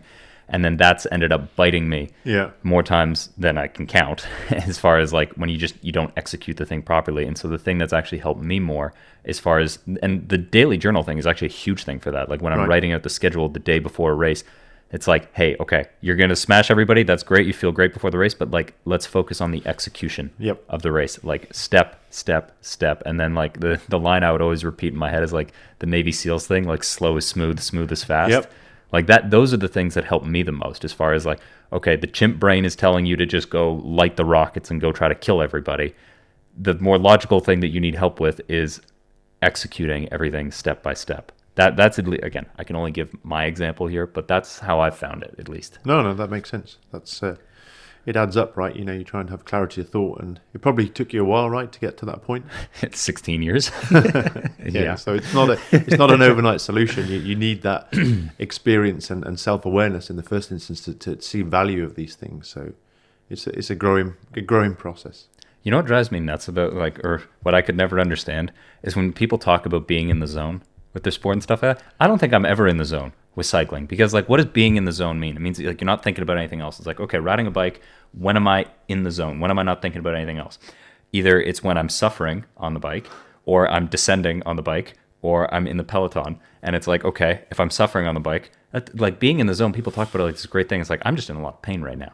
Like, it's not really like an enjoyable time. And then like descending or being in the bunch, I'm just stressed. Like, I'm just trying to focus. It's not like when I think about being in the zone, it's like if I'm sitting at my computer writing, that's nice. Or if I'm rock climbing, then it's like, okay, I got to focus on this. Right. But I'm not like, I'm in the zone and it feels nice. I don't think I've ever been in the zone in cycling where it feels good, because the only times where cycling feels good is when you're riding along easy, and then I'm not in the zone. I'm thinking about what I'm having for dinner tonight. So in the zone means to you like more psychological stress as opposed to like efficiency of skill? Well, I guess like you just hear people talk about being in the zone and how they love being in the zone and like time just flies by and they just like forget about everything else. And I'm like, okay, yeah, I get what that is, but I never get it from cycling. Right. Or like when I am in that point, it's like a miserable experience. It's probably a very subjective definition, right? You know what it is. I know I've heard of flow state and that's maybe the better one. There's some good examples where, you know, particularly highly skilled activity that as a product of practice and probably a lot of other factors, you know, your mental state at the time and nutrition and sleep and all these other pieces, people through, you know, repetitive practice of something become so good at it that it's almost, they don't have to think about it, right? And I think that's probably something that's, like you say, rock climbing is a good example where you're probably dealing with a bunch of factors, fear of falling, you know, the physical strain on the body and relying on a technical skill. Yeah. That if you just happen to be on it that day, for want of a better word, then you feel in the zone. For want of a better word. Yeah. Okay, here, let's move on to some fun questions here. Like, you've worked with a lot of like superstar athletes. Like, if we go like just with the ones you've mentioned so far, Sylvain Dillier, Richie Porte, Rowan Dennis, Chris Froome, this team. Yep. Brownlee brothers. Who else? Wiggins. Cavendish. Thomas. A lot. I mean, I don't tick it off like that. You know, I worked with the Athertons, the downhill mountain bikers for of course. I've just been really fortunate. You know, I think a lot of it is circumstance. I got into applied sport when at the time Great Britain were pretty successful, more often than not, particularly my time in British cycling, I would say that it was 50% learning and 50% impact. So a lot of what I do now is born out of the experience I had in the past, and it's great to work with these talented individuals. I see them in a different light nowadays. I know, like, if you're a fan of the sport, whatever sport it might be, you know, these guys are gods and you think they're amazing, whereas you realize they're human beings, and you realize they have their flaws and their strengths, and it's as good as it has been to work with some of these great athletes. There's never more rewarding than seeing a young athlete develop and grow into one of them. Because then you can truly feel like you help support. And I emphasize the word support because at the end of the day, their performance is their performance. Their place on the podium is their place on the podium. And I always give advice to coaches and scientists getting into it. It's like, find your own interest, find your own reward. Don't aspire to be a part of that medal-winning performance or that success, because that's owned by the athlete. Mm-hmm. You know, you just have this really nice overlap where you have an interest in something that may benefit an athlete, and whether that's psychology, whether that's nutrition, whether that's physiology, whatever the discipline you have or you're an expert in, you can help someone else achieve their potential. But you know, what always has intrigued me, and I was less motivated by publishing research. I was more about applying research, and that's where it got me into applied sport. And then my greatest motivation is like understanding how something happened and how it can be improved the next time. And you know, whether that's Bradley Wiggins or whether that's a junior guy who's just joined the team, it makes no difference. Yes, of course, the world we live in is fickle, and you get credibility. Yeah, I always joked with British Cycling or whatever teams I've worked in that has success. It's like, well, the cleaner of the bus or the laboratory that I worked in probably has as much credit as I do because they were there as well. Mm-hmm. So just being there doesn't mean you can stake a claim on it and find your own thing, you know. But yeah, I have been super lucky and I've learned a lot from those successful athletes, but also those that, you know, unfortunately didn't achieve their potential.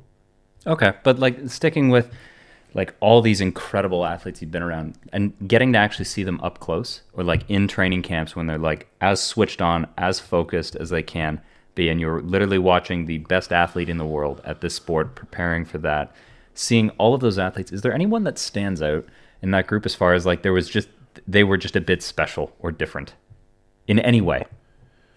That's a good question. Well, I was fortunate enough to spend a lot of time with the Brownlee brothers, so the triathletes, and Alistair in particular was, I still am in contact with him now, and he's changed a little bit, he's mellowed a bit, but it was interesting to see a guy in a sport that perhaps was labelled for a long time as a bit of a lifestyle sport, bring a real racing culture to it, sort of a ruthlessness, a commitment, and, you know, and it's unfair to tarnish the whole sport as it being a lifestyle sport, but, you know, I think the brothers... What do you mean lifestyle sport? So, as much for, I mean, the old adage that, if you're not good at one thing, you do three, you know, that kind of thing. Okay, gotcha. And that is unfair, and you know, stereotypes are imposed sometimes with the reason, but you know, those guys and their peers will acknowledge that they revolutionized the sport, because it's a foot race, triathlon. In reality, you know, it's if you're a good enough level in swimming and cycling and you run fast, then you're more likely to do better. Okay. That's clear. But they made it more racing. You know, it wasn't sort of a pedestrian walk performance, you know, and waiting for a 10K run. It was those guys would race on the bike, and they'd adopt cycling tactics and just the how they behaved, in particular Alistair, you know, how what a tough competitor he was. And I remember him being the World Championships with him, and at the time his nemesis was a guy called Javier Gomez, who was the most amiable guy, and Alistair would just his demeanor and how he, you know, he's probably been a bit of a dick, but how he dominated another athlete, you know, things like that you see. Like Bradley Wiggins, I remember a story with Brad once, and how focused he could be, and he came into the lab one time to do a test, and sadly it was around the time his father passed away, and he just wasn't there. He wasn't in the space. And he did a ramp test, you know, VO2 max test, so like 10 minutes, started at ridiculously high power because it's Brad.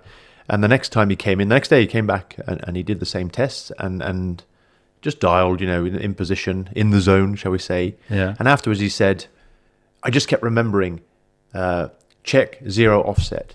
What the hell is he talking about? And he was reading what was written on the SRM, on the ergometer in the lab. Okay. So he was that focused in that test, which was, you know, to VO2 max, and in his case, you know, 500 watts. It was really insightful. It's like, okay, that's how he dealt with that pain and suffering in that test. He was so focused, he was repeating a label stuck on the machine he was riding.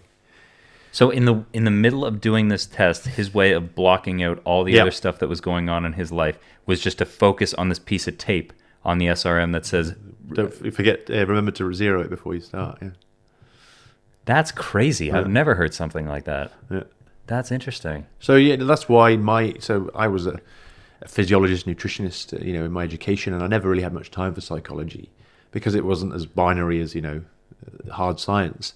And then I realized begrudgingly initially, but now, you know, embrace the value of it, because you see sometimes that's a differentiating factor between the very best athletes and those that don't quite make it. Just their approach, their personality, their behaviors. To be able to focus on whether it's focusing, whether it's just their ability to dominate their competitors before the gun goes, like Alistair, and yeah, just the single-mindedness. You know, that always makes me laugh when you know, we spoke the other day about cycling being as much of an entertainment industry as it is a competitive sport. But often, you know, everyone expects when an athlete's interviewed after his performance to be this charismatic personality who everyone's going to fill everyone's perception because they just watched them in Lycra in a race. And I always feel sorry for the athlete because that's not what they signed up for. Mm-hmm. I think if you spoke to every pro cyclist, very few of them got in it for the celebrity bit. They did something that they were good at as a kid. They developed a passion for it for different reasons, but very few of them chose a pathway that meant that after they performed, someone stuck a microphone and a camera in their face. So occasionally, you know, there's some charismatic guys who you know, go down in history because they're amusing and they're funny, but often people think, oh, this guy's not very interesting. Well, that's not what it takes. You know, that bit is subsidiary to performance. So yeah, these guys want to come across and present themselves, you know, away from competition, but they're all ruthless. Well, I think a big part of that is the fact that I think cycling really attracts a lot of introverts in this. True. Because you have to be True. comfortable. You have to enjoy spending a lot of time alone to focus on your training, your recovery. Indeed, yeah. You're not going out and seeing other people. So a lot of introverts do very well in cycling. Exactly. So it's like when you ask them to do an interview or something like that, it's like it's the most uncomfortable thing for them because they don't like to. They just want to be left alone to focus on their work. Exactly. Yeah. True. Very interesting. True. Okay. Here's an interesting idea. Because you've actually spent time working in triathlon with the best in the world at that, I wonder if, and only because some of my really good friends are professional triathletes, and you just see the way they train. It's like that is a sport where you literally don't have a life away from your sport because you are trained, like they're in the pool at 6 a.m. and like some of them, they're finishing runs at 9:30 at night. And I'm like they train they literally train all day long. I know. And then you see a lot of cyclists, it's like they call like pro hour or something like that. Like, wake up at whenever you want and then get on the bike at noon sort of thing. And it's like, man, are we being lazy here? Like, is there something?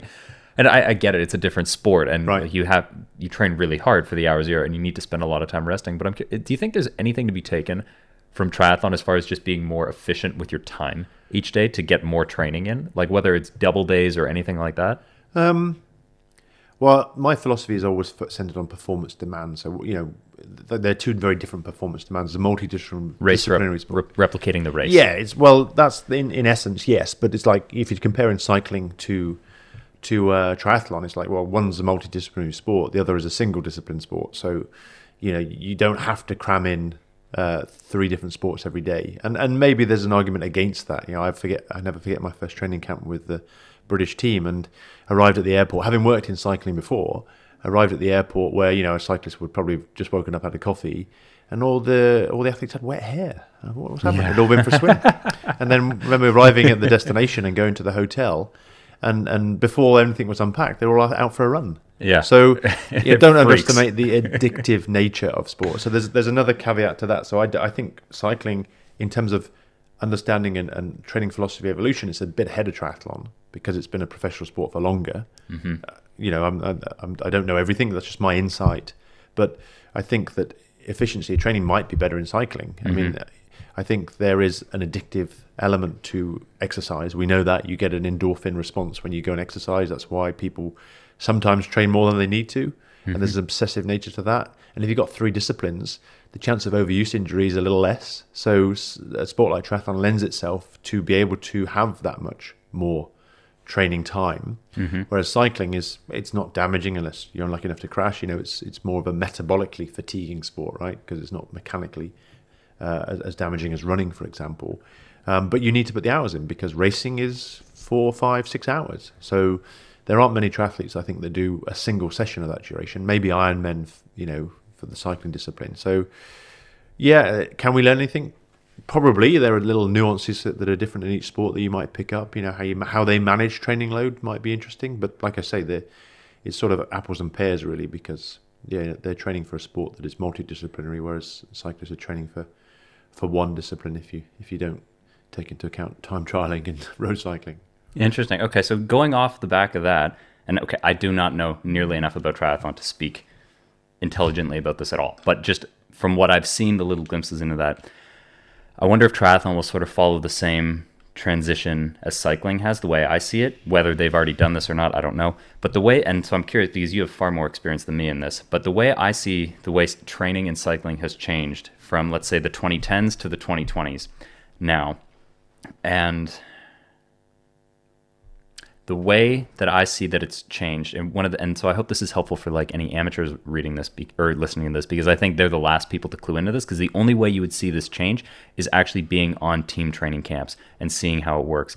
In the 2010s, I think there was a lot more focus on just volume and big hours, and you basically you do these training camps where it was almost like you're always trying to do this super compensation effect where you would just the goal was to leave the training camp in a body bag, completely crush yourself, and then you sit on the couch for 5 days and then you're flying later.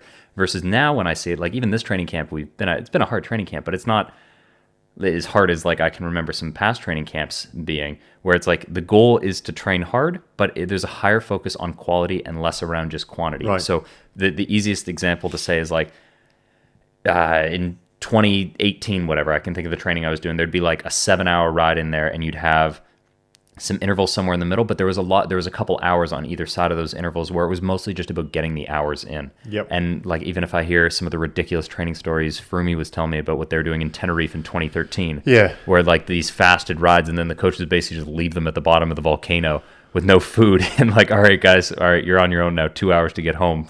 Just crushing yourself over and over and over again with this stuff. Versus now it's not only about quantity, we're going to leave you a little bit more fresh, and there's more structure to all the sessions. Every hour is structured.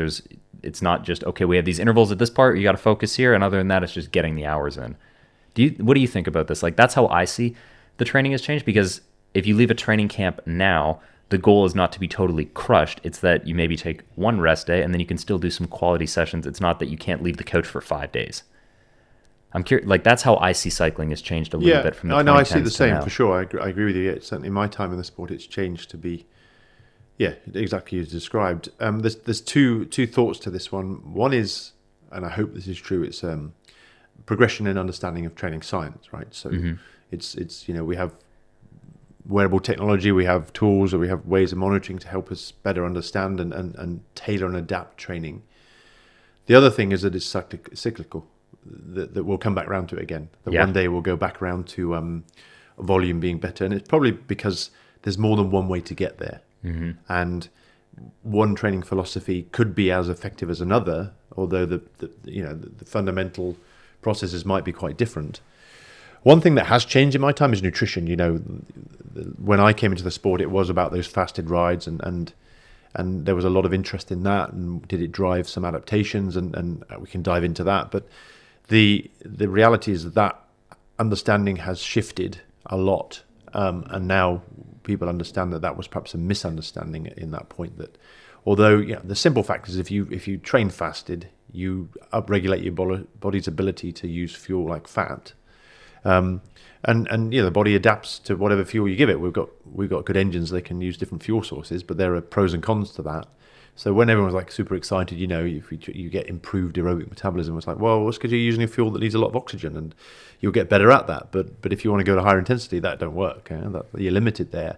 So that's probably one example where there has been a development of understanding, and that's maybe to some extent driving training. Training can be done at better quality now because people are no longer rolling out on their bikes with just an apple. Nowadays they're fueling well for it, so they're able to do that quality, and they don't need to do as long because they were doing longer, maybe because they couldn't do the intensity, so they just compensated by training for longer. But then that comes back to specificity of what you're trying to train for. So if you're trying to win Milan San Remo, then you need to do a long ride. It's not multiple climbs, it's just a few bumps at the end, although those don't feel like bumps after 300k. But so I think I've always had the philosophy is like, okay, there's always going to be different views, and if you get uncertainty, which isn't a bad thing, it's like, okay, what am I aiming at? What am I trying to achieve here? Understand that as much as you can, and then if you can rationalize what you're doing, that it's going to benefit the performance you're trying to achieve, then you're probably not far off. I'm smiling because I'm wondering if I want to tell a story that goes down like a different rabbit hole here, and I don't think there's ever going to be a better chance to tell, so I will tell it, as far as like going down this like fasted training and how the training science always comes back like something that's amazing now. It's like, oh, this is the new secret weapon thing. It's like, turns out they were doing this 30 years ago. We've just sort of tweaked it a little bit. It's like nothing's new. Everything's sort of the same. And so I played around a lot with like the low carb stuff, and like because like race like 2016, 17, 18, that was when Froome was winning everything and everything was about low carb, and so I did lots of that stuff. And so there's the most extreme example I can think of story that I did this, and this would have been 2021 when I did this. And I haven't done it since. I've never done any sort of low carb training since then. And there was something crazy that happened from this, but I've been racking my brain for forever trying to think of like, how is this applicable? Because something crazy happened here. And so this is what I did. It would have been like April, May of 2021. We had a one-day race in Slovenia. We did that race, hard race and so I was going to try this one meal a day and like low carb training stuff, like the really extreme fasted training. So we had this race on a Sunday. After the race, I just had a protein recovery shake. So I think I had 40, 60 grams of protein with a little bit of sugar to help with absorption, and then nothing. That was my dinner. Oh, wow. The next day, and so for the next week, I did this one meal a day thing. So at the race on Sunday, and then the next week, it was 3 days on, 1 day off, 3 days on. And then for the 3 days on, I would wake up, just a cup of black coffee, and then I'd go ride it was literally 5 to 8 hours rides on just black coffee and just BCAAs in my water bottles, and I would just drink water. The first 3 days, absolutely horrible. And then I would come home and I would have like a monster dinner. Right. And that was my only meal for the day, and I just repeat that 3 days in a row. So just black coffee, BCAAs in my water bottles, and go ride for 5 to 8 hours all 3 days in a row. First block of this, absolutely horrible. I've never ridden so slow in my life. I've never been so bonked in my life. And these were like huge days. Like all of them were like more than 3,000 meters of climbing. Oh, right. Okay. And I remember going up some of these climbs and just being so focused on don't stop and put a foot down because I'm going so slow. Oh, really? Like if I put a foot down, it's going to take a lot of energy to get going again. Like absolutely creeping. I probably did these rides at 180 watts all day long. Did that for 3 days. One rest day, still with like the one meal a day thing. repeat it for the second block. Yeah. Now in the second block, first day of that block, terrible. Like same as before. The second day of that block, did the same thing, and I remember it was exactly 5.5 hours into the ride, and I had one more mountain to get over because I lived at the bottom of it. Right. And I'm just like, I got to get over this last mountain here, and it's like, I don't know, on a good day, like if I'm pushing good, it was like half hour. So this is going to take me like an hour to get up at this point. And I remember just stopping on a bench at the bottom of this climb because I just had to sit on a bench for a sec just to like hype myself up to be like, I got to get over this climb right now.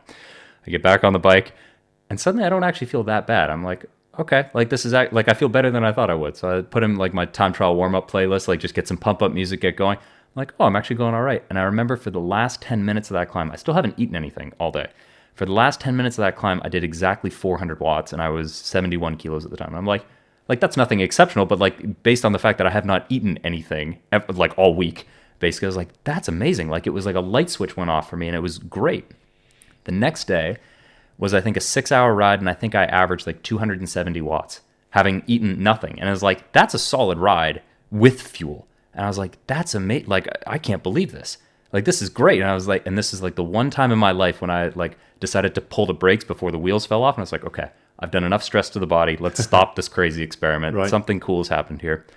I took a rest day, and then I fueled up, and then I was going to do another one of these endurance rides, but it was going to be like taking in as much carbohydrate as possible for it. And I was flying for this. And so this is after like a 35-hour week of just doing these fasted rides every single day, not including the race that we did the week before.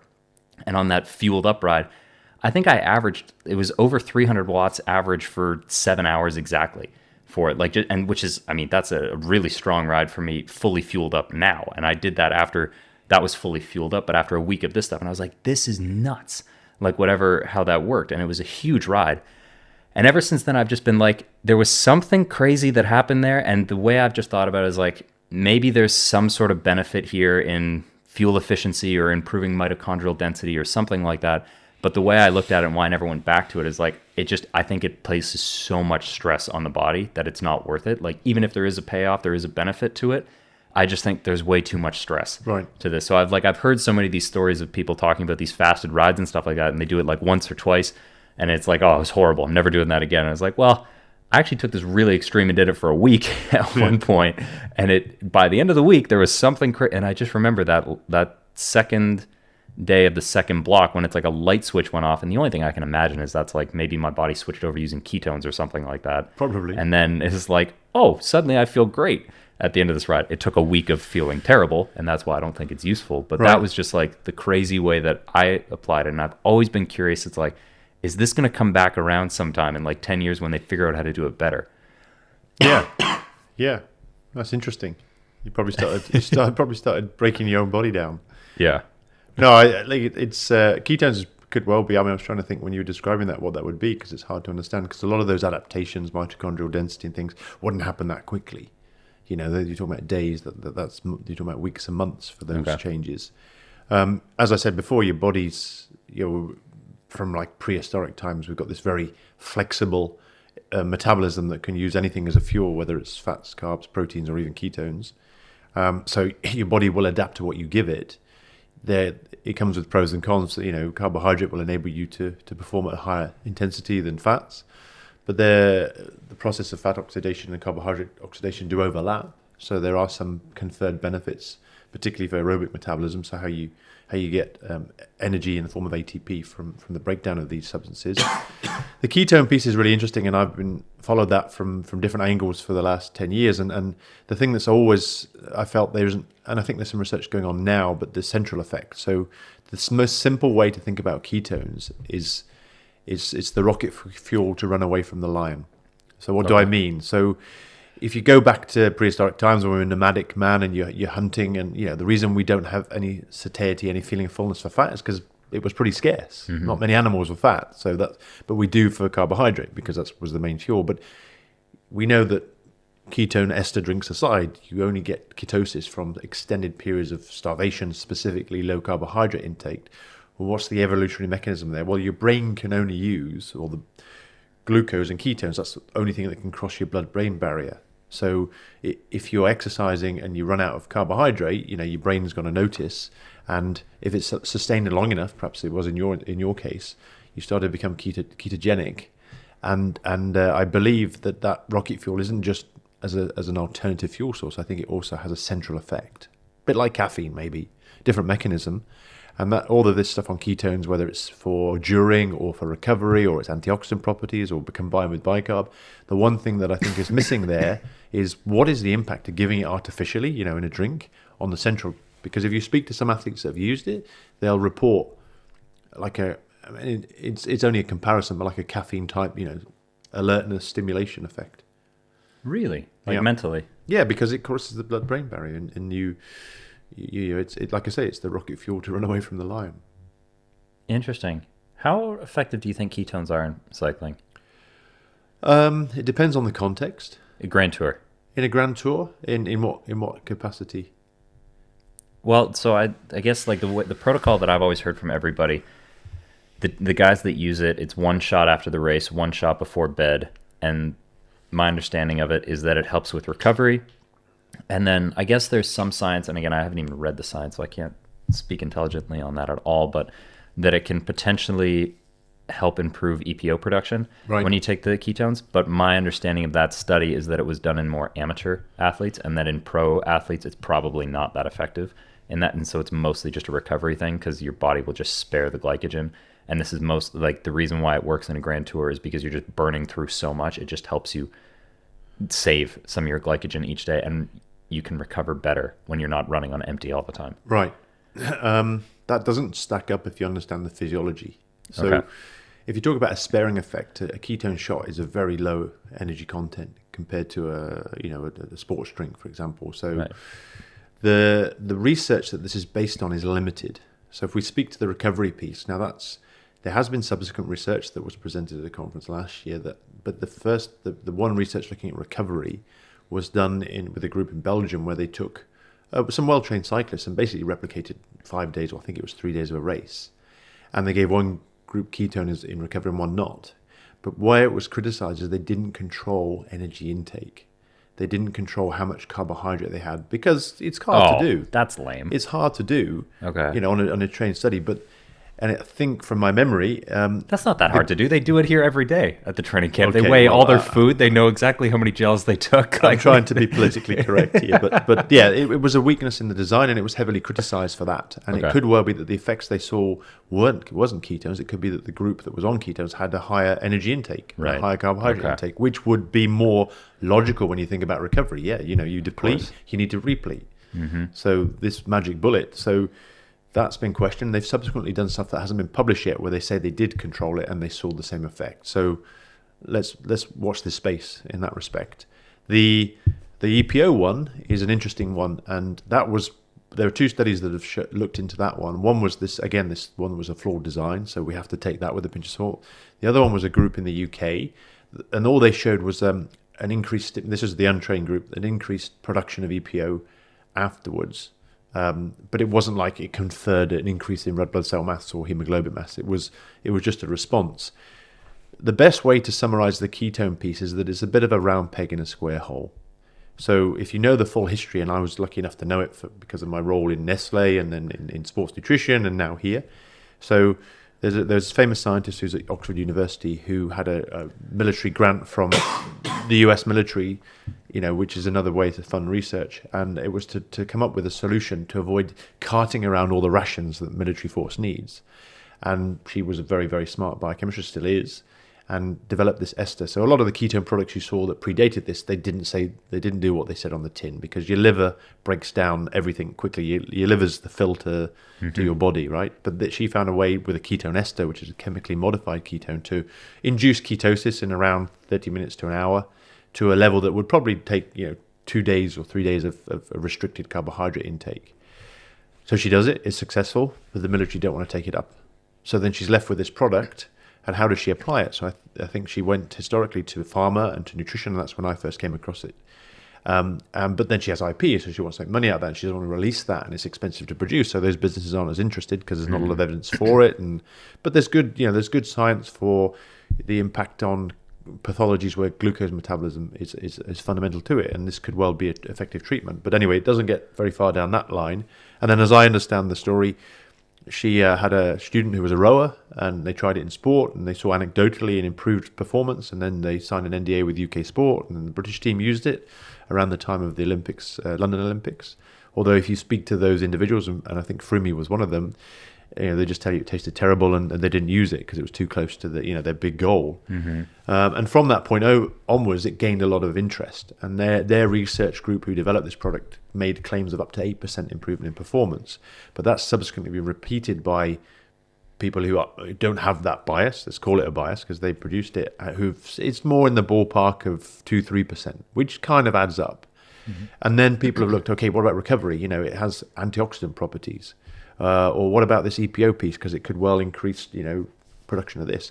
But it's like, why was it produced? Are we trying to find so we've already made it. Now we're trying to find a use how for can it. we use it? So I always see it that way. I think like someone's got an expensive product to make, and they we have to sell it. Want to get profit from it. Got it. So how can we do that now?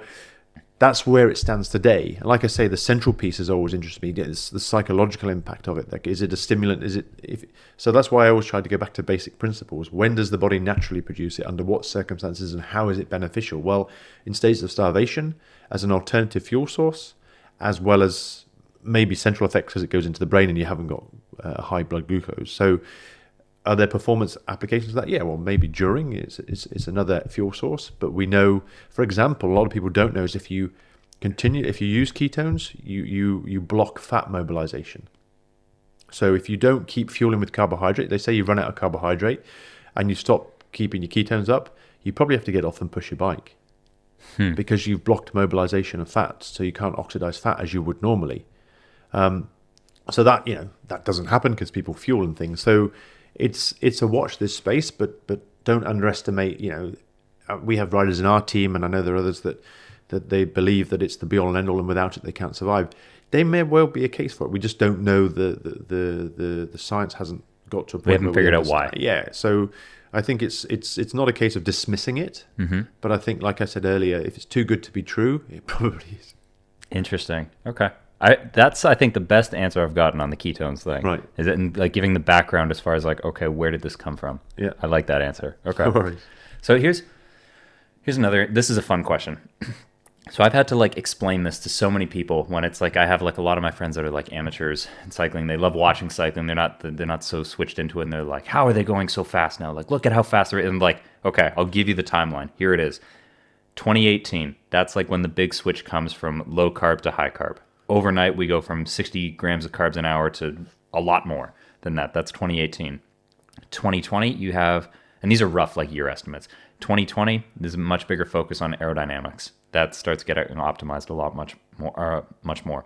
2022, heat training is like a new big thing.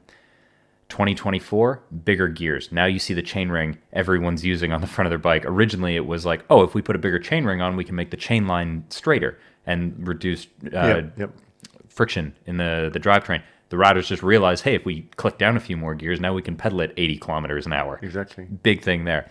And then I'd say like the most recent one, 2024, 2025, there's been like massive improvements in tubeless tire systems. Yep.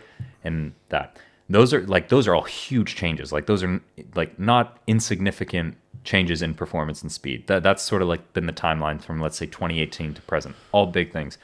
What do you think the next one will be? I knew you were going to go there. I was saying you were describing possibly flop moments, the high jump technique and how that record suddenly improved when people changed the technique. But what would be next? Well, a lot of those ones you described probably have different returns, right? So the tubeless technology has been an evolution, and it's funny, even tire width, which has changed, but a lot of that is because the tools to assess these things have improved. For years, people measured tire rolling resistance on a steel drum. So basically it was about contact patch size. So the higher pressure you have, the smaller the contact and the smaller the resistance. Okay. But people forget that roads aren't as smooth as a steel drum unless you live in Switzerland. Yeah. So they realize at a deflection point that if you're on a bumpy road, eventually the tire, if it's too high a pressure, it bounces off all the ridges, whereas a lower tire fills the gaps. And it's a very simplistic explanation. So I think all these things have been driven by better tools to assess it and an increased investment expertise. Like I mentioned earlier, more teams are more open to bringing experts in as opposed to trying to do it all with one or two individuals. What's next? I'm biased, but I think that we are going to get better at understanding how to monitor training. I think with this ever-growing and to some extent concerning increase in AI and machine learning, I think that's the next thing. I think we collect so much data now. It's not Formula One level yet. We don't have this many channels and we can't track it as live as we'd like. But I think we haven't touched the surface as to how we can better understand what is suitable for individual to optimize their performance and peak. It's nuts to sit here today and say we do things, but you think of all the data we've got, we can give that to a machine learning model or AI and say, okay, Jack was at his best this day and on this year at this race. Take all those inputs and tell us how he got there. And now you probably could, and you could probably get a whole bunch of data out, but it's not tailored enough now to be able to factor in weighting and what was important for you that day and how you've changed since. But I think the more we invest in that, and we have some projects in that area, and we're not the only ones, I know other teams do it too, I think that will be the next step forward. It probably won't be as ever present as some of the other ones, those other steps you mentioned, but I think that's where we're going. I completely agree with the AI thing.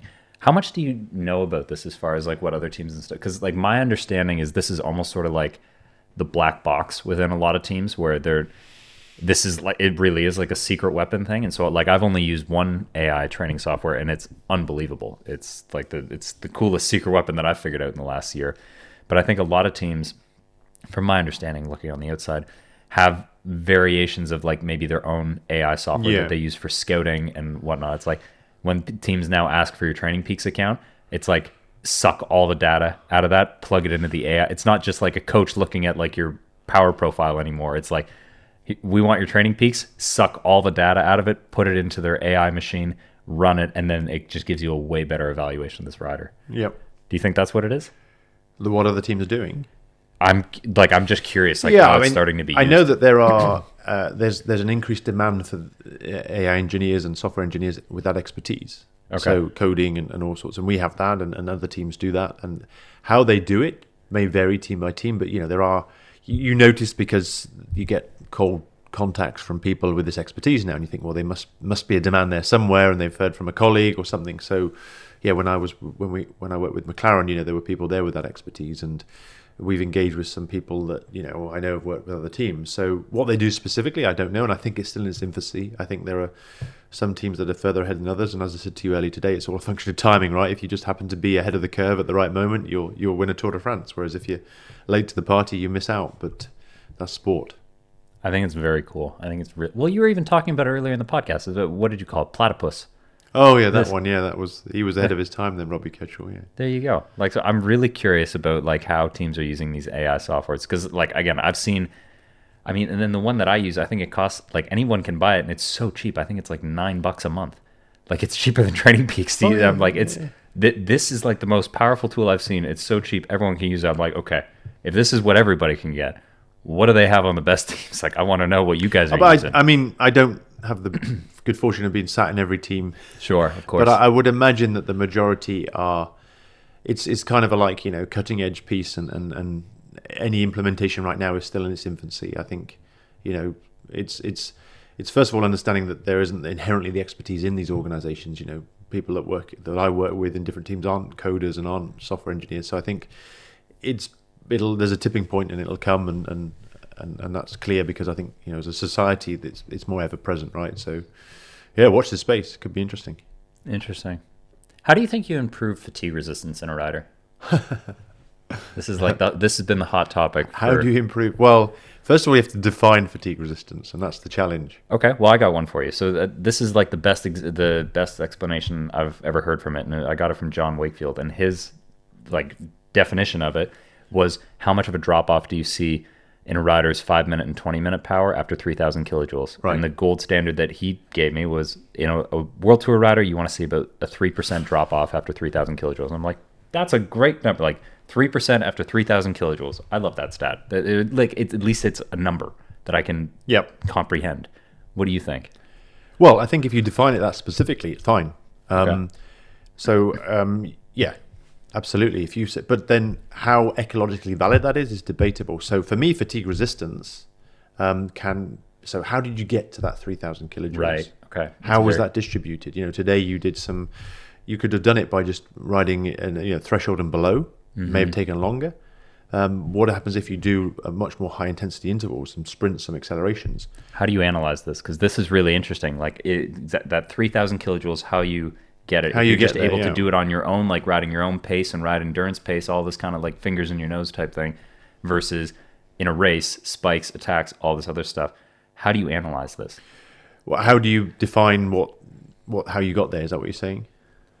Yeah, or like when you're trying to assess a rider, like are they able to do, like if you're looking at a rider's Training Peaks account and you're trying to decide like, okay, where are the weak points in this rider? Can they do unbelievable numbers when they're fresh, but not after 4 hours of racing?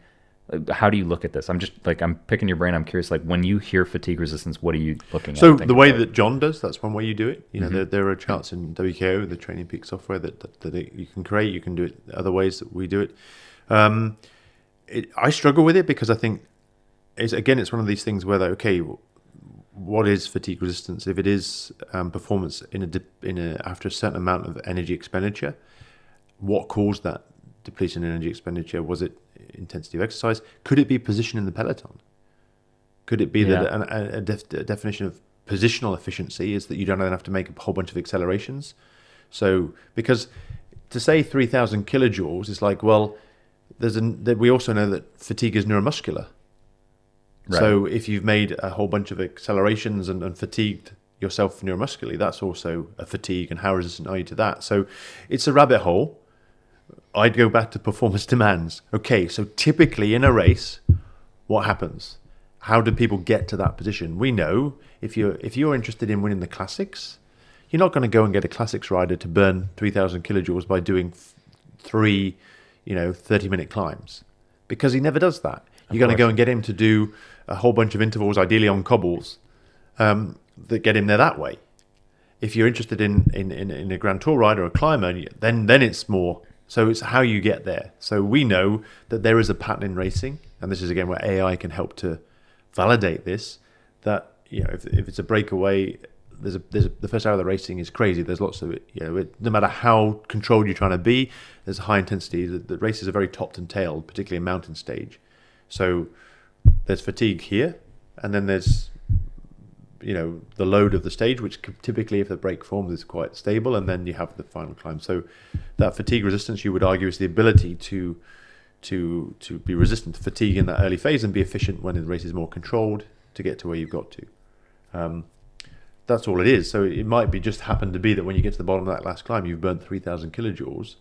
But if you were to do that by saying, okay, I'm going to ride 3 climbs at threshold, well, that's different to a race. But there's no right answer. So in that situation, I look at what most commonly happens in competition. So replicate that like we did today to better understand it. Go ahead. No, I love that. And so like what I really enjoy about today's type of training, that was like my favorite type of training, like replicating a race. And I guess this is another way. Maybe it's just me. Maybe it's just how like I've been coached and trained over the years, or maybe this is going back to there's a higher focus on quality in training now, as far as how often do you do these types of sessions where like you're really trying to replicate a race for the whole, like let's say 5-hour race or something like that? Rather like, so if I were to ask somebody what are like your typical sessions that you have someone do, and it'd be like, I don't know, a 5-hour ride with 3 times 10 minute 40-20, something like that in the middle, versus today was a very different session where it's like we're going to use you on the road bike to set a certain pace, and then there's attacks on those earlier climbs, and the whole day is basically set up to replicate a race and then a final at the end of it. How common do you guys do that in normal training for guys? Probably not commonly enough, and that's purely because this sport has too many competition days. Right. So the biggest headache about professional cycling is that I think last year we raced as a team 250 odd race days. So you think there ain't much time to train in between. Okay, not every rider did every race, but so you go back a few centuries, and the difference between today and then was that riders use racing to get race fit, whereas nowadays one of the shifts we've seen is people race less because they use training to get race fit. Now, why? Because races tend to be hard from January through to October now, whereas historically they used to be, a little bit less intense. and build up towards the classics or build up towards the Grand Tours. So in answer to your question, we don't do it as much as we'd like to because we get that stimulus from racing. Interesting. Okay. That is a good answer. Around like improving fatigue resistance is a lot about it. Essentially, it's just replicating the race in training. Yep. Okay. No, I like that. Have you looked at breathing training at all? Yes. What do you think about this? Well, I haven't looked at it recently, but from back in the days when there was Power Breathe, do you remember that? That was a resisted breathe. Again, it was a little bit like the blood flow piece. It was like if you looked at the specific application, so in that case, lung function, it improved it, but it was not ever connected to a performance outcome. So I haven't looked at it for some years, but that was another example where there was evidence that it improved your respiratory function, so your respiratory muscles, but that didn't necessarily confer an overall performance benefit. You want to know an interesting point on that? Dan Bigham pointed this out to me. I think it was in one of the podcasts that we recorded that went into like the courses that I put out after my book came out.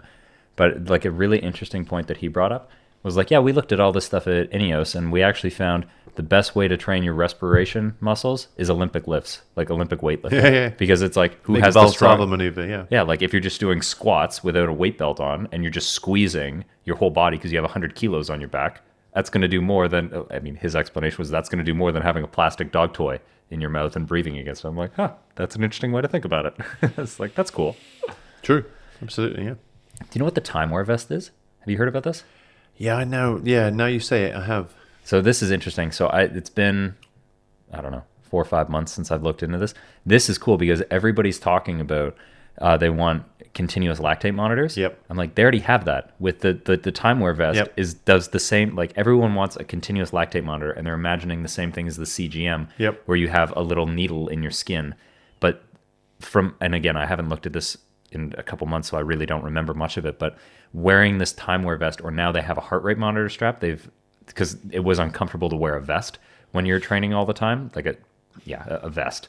So now they have it. I don't know if it's come out or it's about to come out, and I'm not supposed to be saying this, but it's like a heart rate monitor strap. That's the second evolution of it. So you're basically just wearing a heart rate monitor strap that does the same thing as their time wear vest. Right. And then the way it measures your breathing, it gives you the same data as continuous lactate monitoring. So it does the exact same thing. Yep. If I haven't tried it, so I don't know. But if you read the science and trust it, it should do the exact same thing. So continuous lactate monitoring, it's already here. It's just done a different a different way of measuring it by looking at your breathing. Which it's like, this is so cool. Like they already have this. It's already out.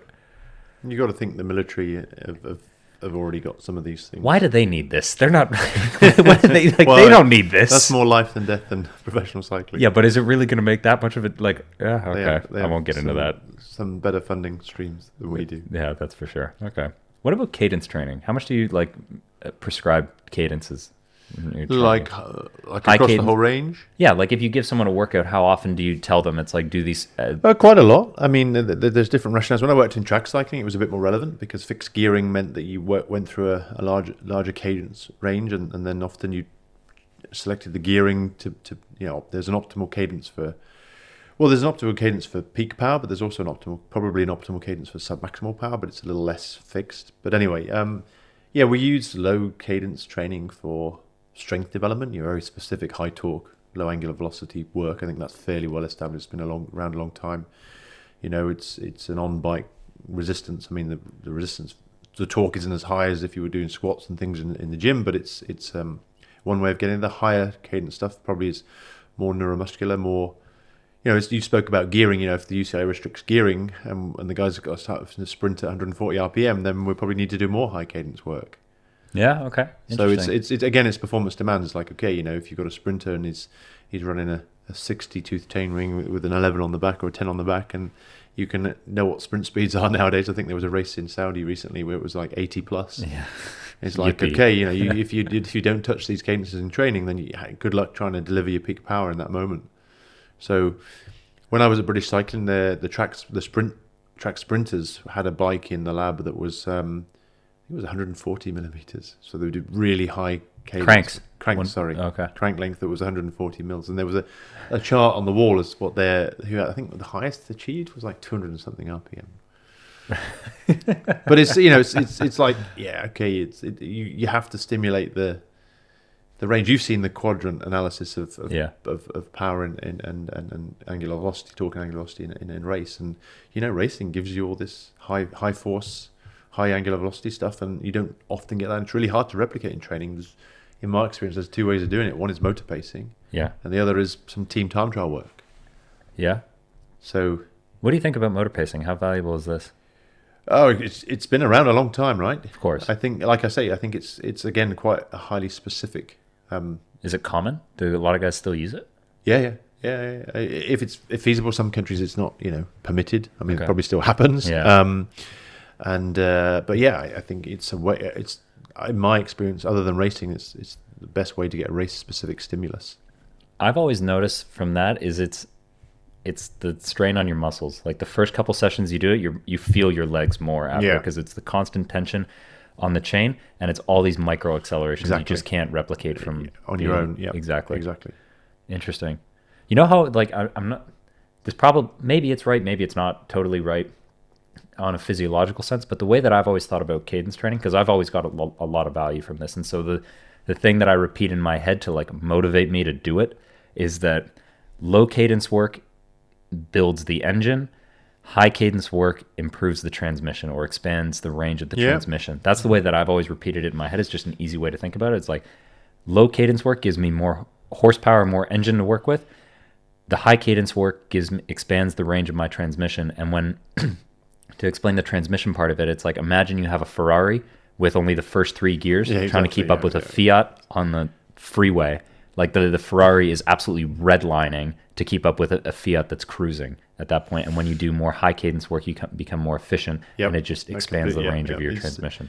It's the science behind the importance of speed of application of force. Yeah, the neuromuscular connection. It's one in the face for the bodybuilder world, right? These guys have huge ability, but they can't generate that force at speed. And that's where understanding the velocity of movement is super important for your given sport. Yeah. What about oval chain rings? Oval? They've been around again, haven't they, for a while? Yeah. As far as I'm aware, there's no scientific evidence to show that it's effective. There have been some studies, but they seem to be less prevalent these days. I mean, Froome was an advocate of the asymmetric whims for a long time.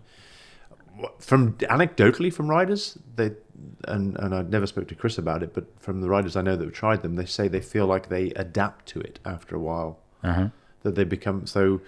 I remember speaking to someone who has more expertise in this than me, saying that perhaps maybe something you want to keep in your back pocket for time trials, for example.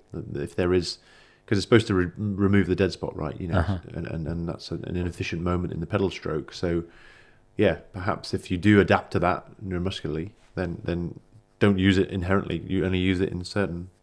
I wonder if that's going to be a comeback. I wonder if we're suddenly next 5 years. Yeah, because there was BioPace, wasn't there, from Shimano way back, and asymmetric, and then asymmetric. Yeah. So perhaps.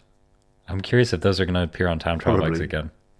But can you imagine? Bike manufacturers have got to sell something. So yeah, a 60 tooth, or a 68, whatever they have, a 68 tooth asymmetric chainring. You're going to go around a corner, the chainring's going to be dragging on the ground. Going to slice the road. Yeah. And the big challenge I know that the mechanics have with that is getting it to shift gear. Okay. Sure. What do you think about gym training? Good question. It's an area we're looking into now. Okay. Yeah, we don't really have an opinion either way. There's as much evidence for as there are opinions against.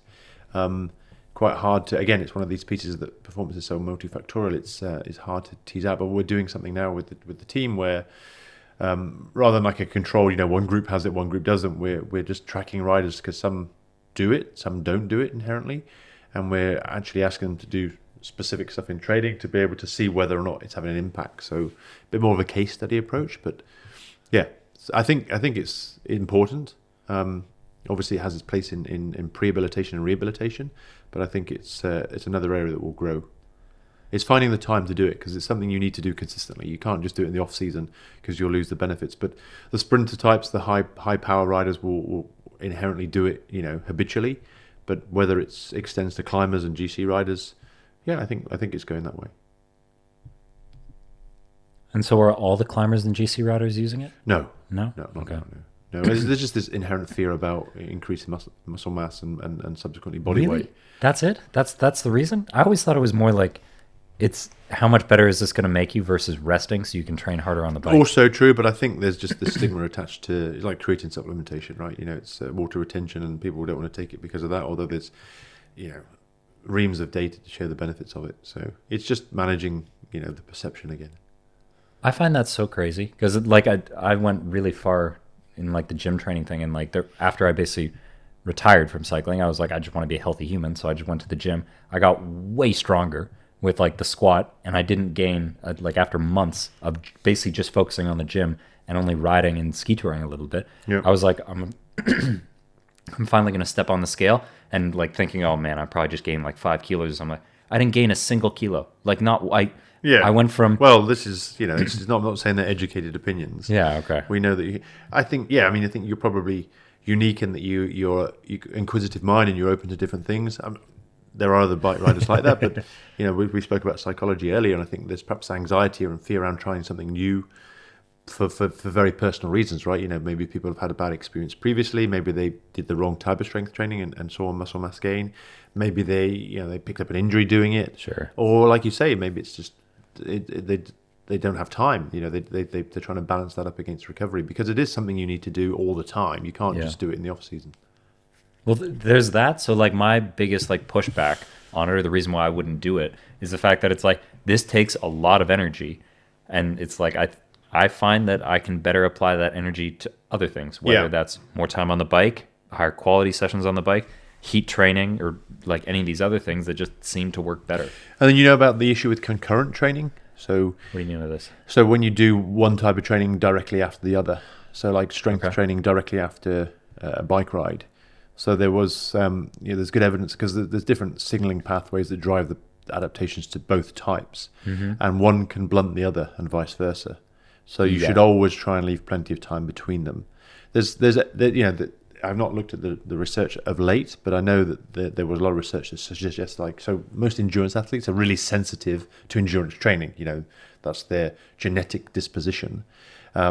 So they probably get a very big gain from a very small endurance stimulus, but they probably really need to do a lot of strength training to get that again, because they're not as susceptible to that. So that already presents a challenge, right? Because you need to do more endurance than strength. And then if you do, let's say you go in the gym for an hour and you lift, and then you go out and do a 3-hour ride, there's evidence to say you could well crap on all the adaptation that you got from that. This was huge for me. So like a coach for years, I would go to the gym in the morning, and I'd spend 2 hours in the gym doing like over and over and over, and then I'd go ride 5 or 6 hours. And every year I did this, I basically got to the same spot in the gym, and I never really improved. Right. I switched coaches one year, and he just said, "Don't do that. Like if you go to the gym, don't ride after, or leave a long time the gap in between, or do it after your ride." I made that one change, and I think 3 months later, I broke every PR I have in the gym. I'm like, you got to be kidding me. For how many years I've been wasting all this time in the gym. Like I make this one change, and it was huge for me. Oh, good. So, and then like going down the gym training one, the one that I hear all the time is that you're supposed to do this periodization with your gym program, where as you progress closer to the races, you should lower the weight and increase the speed. Correct. Right? But like I've heard that, I understand it, it makes sense to me, and I'm not disagreeing with that science. The problem I have with that is when you actually see it in practice, I feel like most pro cyclists don't have enough time to go to the gym in the first place, and just getting them to go to the gym regularly enough is the biggest problem. They don't go enough for you to now start throwing in more complications to it. Like if you just start lowering the weight and increasing the speed, they probably don't go regularly enough to maintain that strength. And so when I did it, at least, I actually found it was better if I just stuck with the same, what was I doing? Like basically the same weight, basically the same gym program year round. Okay, I lost a little bit of strength at points, but the gym training, the gym protocol was basically the same year round. And it was just a bigger focus on, okay, actually go to the gym enough times rather than trying to make it fancy with jumps and all this other stuff. Yeah. It's different. We have guys that are doing that periodized switch from Do they notice it helps or works? Yeah. But it's everyone's different, right? So those guys are more sprinters, and there's more justification to invest time in that. And like you say, whereas the others that aren't sprinting the climbs and things will just benefit from having a regular routine. So it's small steps. Okay. All right, some fun questions. Who's the hardest worker or the most focused rider you've ever seen? It's a compliment, and I'm sure there's probably 10 names that come to mind, but you got to pick one. Oh, geez. Well, one that springs to mind right now is I coach George Bennett. Okay. And this guy, I never question his work ethic, you know. Give me some stories. Well, George will always add the George Bennett factor and add a certain percentage extra training to what you prescribed. But, you know, I've said... What's the percentage? How many hours? Well, what that I know about? Yeah, exactly. Oh, probably no more than 5 or 10%. But yeah, it's every athlete's like that. They're looking for gains, and George is a good example of someone who's very inquisitive mind, always wants to understand how he can improve, and has been like that throughout his career. So credit to him. You know, it's very easy to try and get away with the bare minimum, and then he represents the others. But there's very few professional cyclists I've worked with and other athletes that I would ever call lazy. Of course. I think that certainly the one common factor I see in the top guys is a high work ethic, you know, and attention to detail. But it's really interesting because one thing I've learned, and having had the benefit of working with world champions and Grand Tour winners and Olympic champions, is that they are quite smart in that they know when to stop asking questions. What do I mean by that? Well, I've seen many athletes that go down a rabbit hole, you know, whether it's strength training, whether it's sleep monitoring, whether it's nutrition, whether it's position on the bike. I think in my experience, the smartest athletes and the smartest cyclists in the world are the ones that say, okay, I need to own my performance. I need to own my training, my preparation. So I need to know a bit about all these things, but I need to know when to stop myself. I need to leverage the expertise I've got around me. You know, I've got an expert in strength and conditioning. Just trusting the experts you have. Yeah, it's you know, and often that's because there's a degree of projection of anxiety. So it's like, okay, I know a story where a rider I coached who, and this is back in the introduction of power meters and wireless power tracking, who he went to a training camp once, and day one his power meter broke, so he flew home. What? Because he wouldn't have power. Wow. And it's that. So you know, power meters, and I mean they're very commonplace now. You know, there's nothing new about them. But I always saw in athletes this kind of evolution with that, which was where it was like a bit of an aversion to it because it felt a bit like Big Brother. You know, you're being tracked. Yeah. And then embracing it and becoming obsessed about it to the point of distraction, like looking down instead of looking where you're going, and then letting it go. And when they came back to it, it was powerful.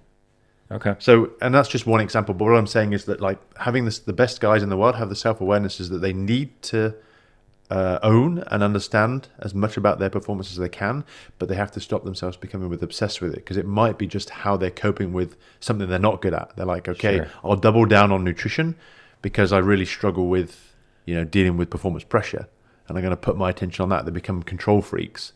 And it's no longer the original rationale of having an interest in that. It's a coping strategy that starts to manifest itself. And they'll justify it till the cows come home. You're like, oh, I need to know this. So not naming names, but the best in the world, in my experience, and they probably have an evolution. They probably went down that path and learned that it was detrimental.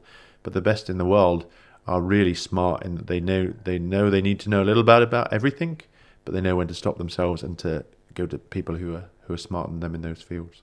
I understand that. And I think that's really, that really applies to the elite athletes. Yeah. That really applies to pro athletes. I mean it more from a sense as far as when I was 15 years old, it really motivated me to hear these crazy stories. Yeah. Like I'm 29 years old, and I love sitting at the dinner table and asking Chris about, like, all right, man, tell me some crazy training stories. And listening to him, I have like a personal podcast with him every night where I get to hear about stories from these 2013 training camps in Tenerife. And like, I love, or like he'd tell me stories about like Richie Port and these. I'm like, I love hearing these stories. So do you have any stories like that? I just love this stuff. Well, Chris came to British Cycling when I was there. And I'll never forget the stories. This because he was from Kenya, white African, who was doing I think he was doing 6 or 7 hour training rides like 5 days a week. And I think where British Cycling and eventually Team Sky helped him was that they basically got him to be a bit more efficient with that. You know, so it's that whole philosophy. Do you need this huge training volume at some point in your career to get the adaptations and then back off, and then you start to see reap the benefits? It's not just what happens year by year, but long term. Other anecdotes. oh geez, it's probably too many that spring to mind. But yeah, there's lots of funny stories. You see lots of funny things. I think I've shared some. None that jump to mind now. What about a George Bennett story? I love his podcast, but I'm never going to hear these stories from him. Well, I've only coached George for a year and a half now. George. There's no. I mean, George is always one step ahead of you, and he's always looked up something, and he's always asked 5 different people about it, and he's always on the ball.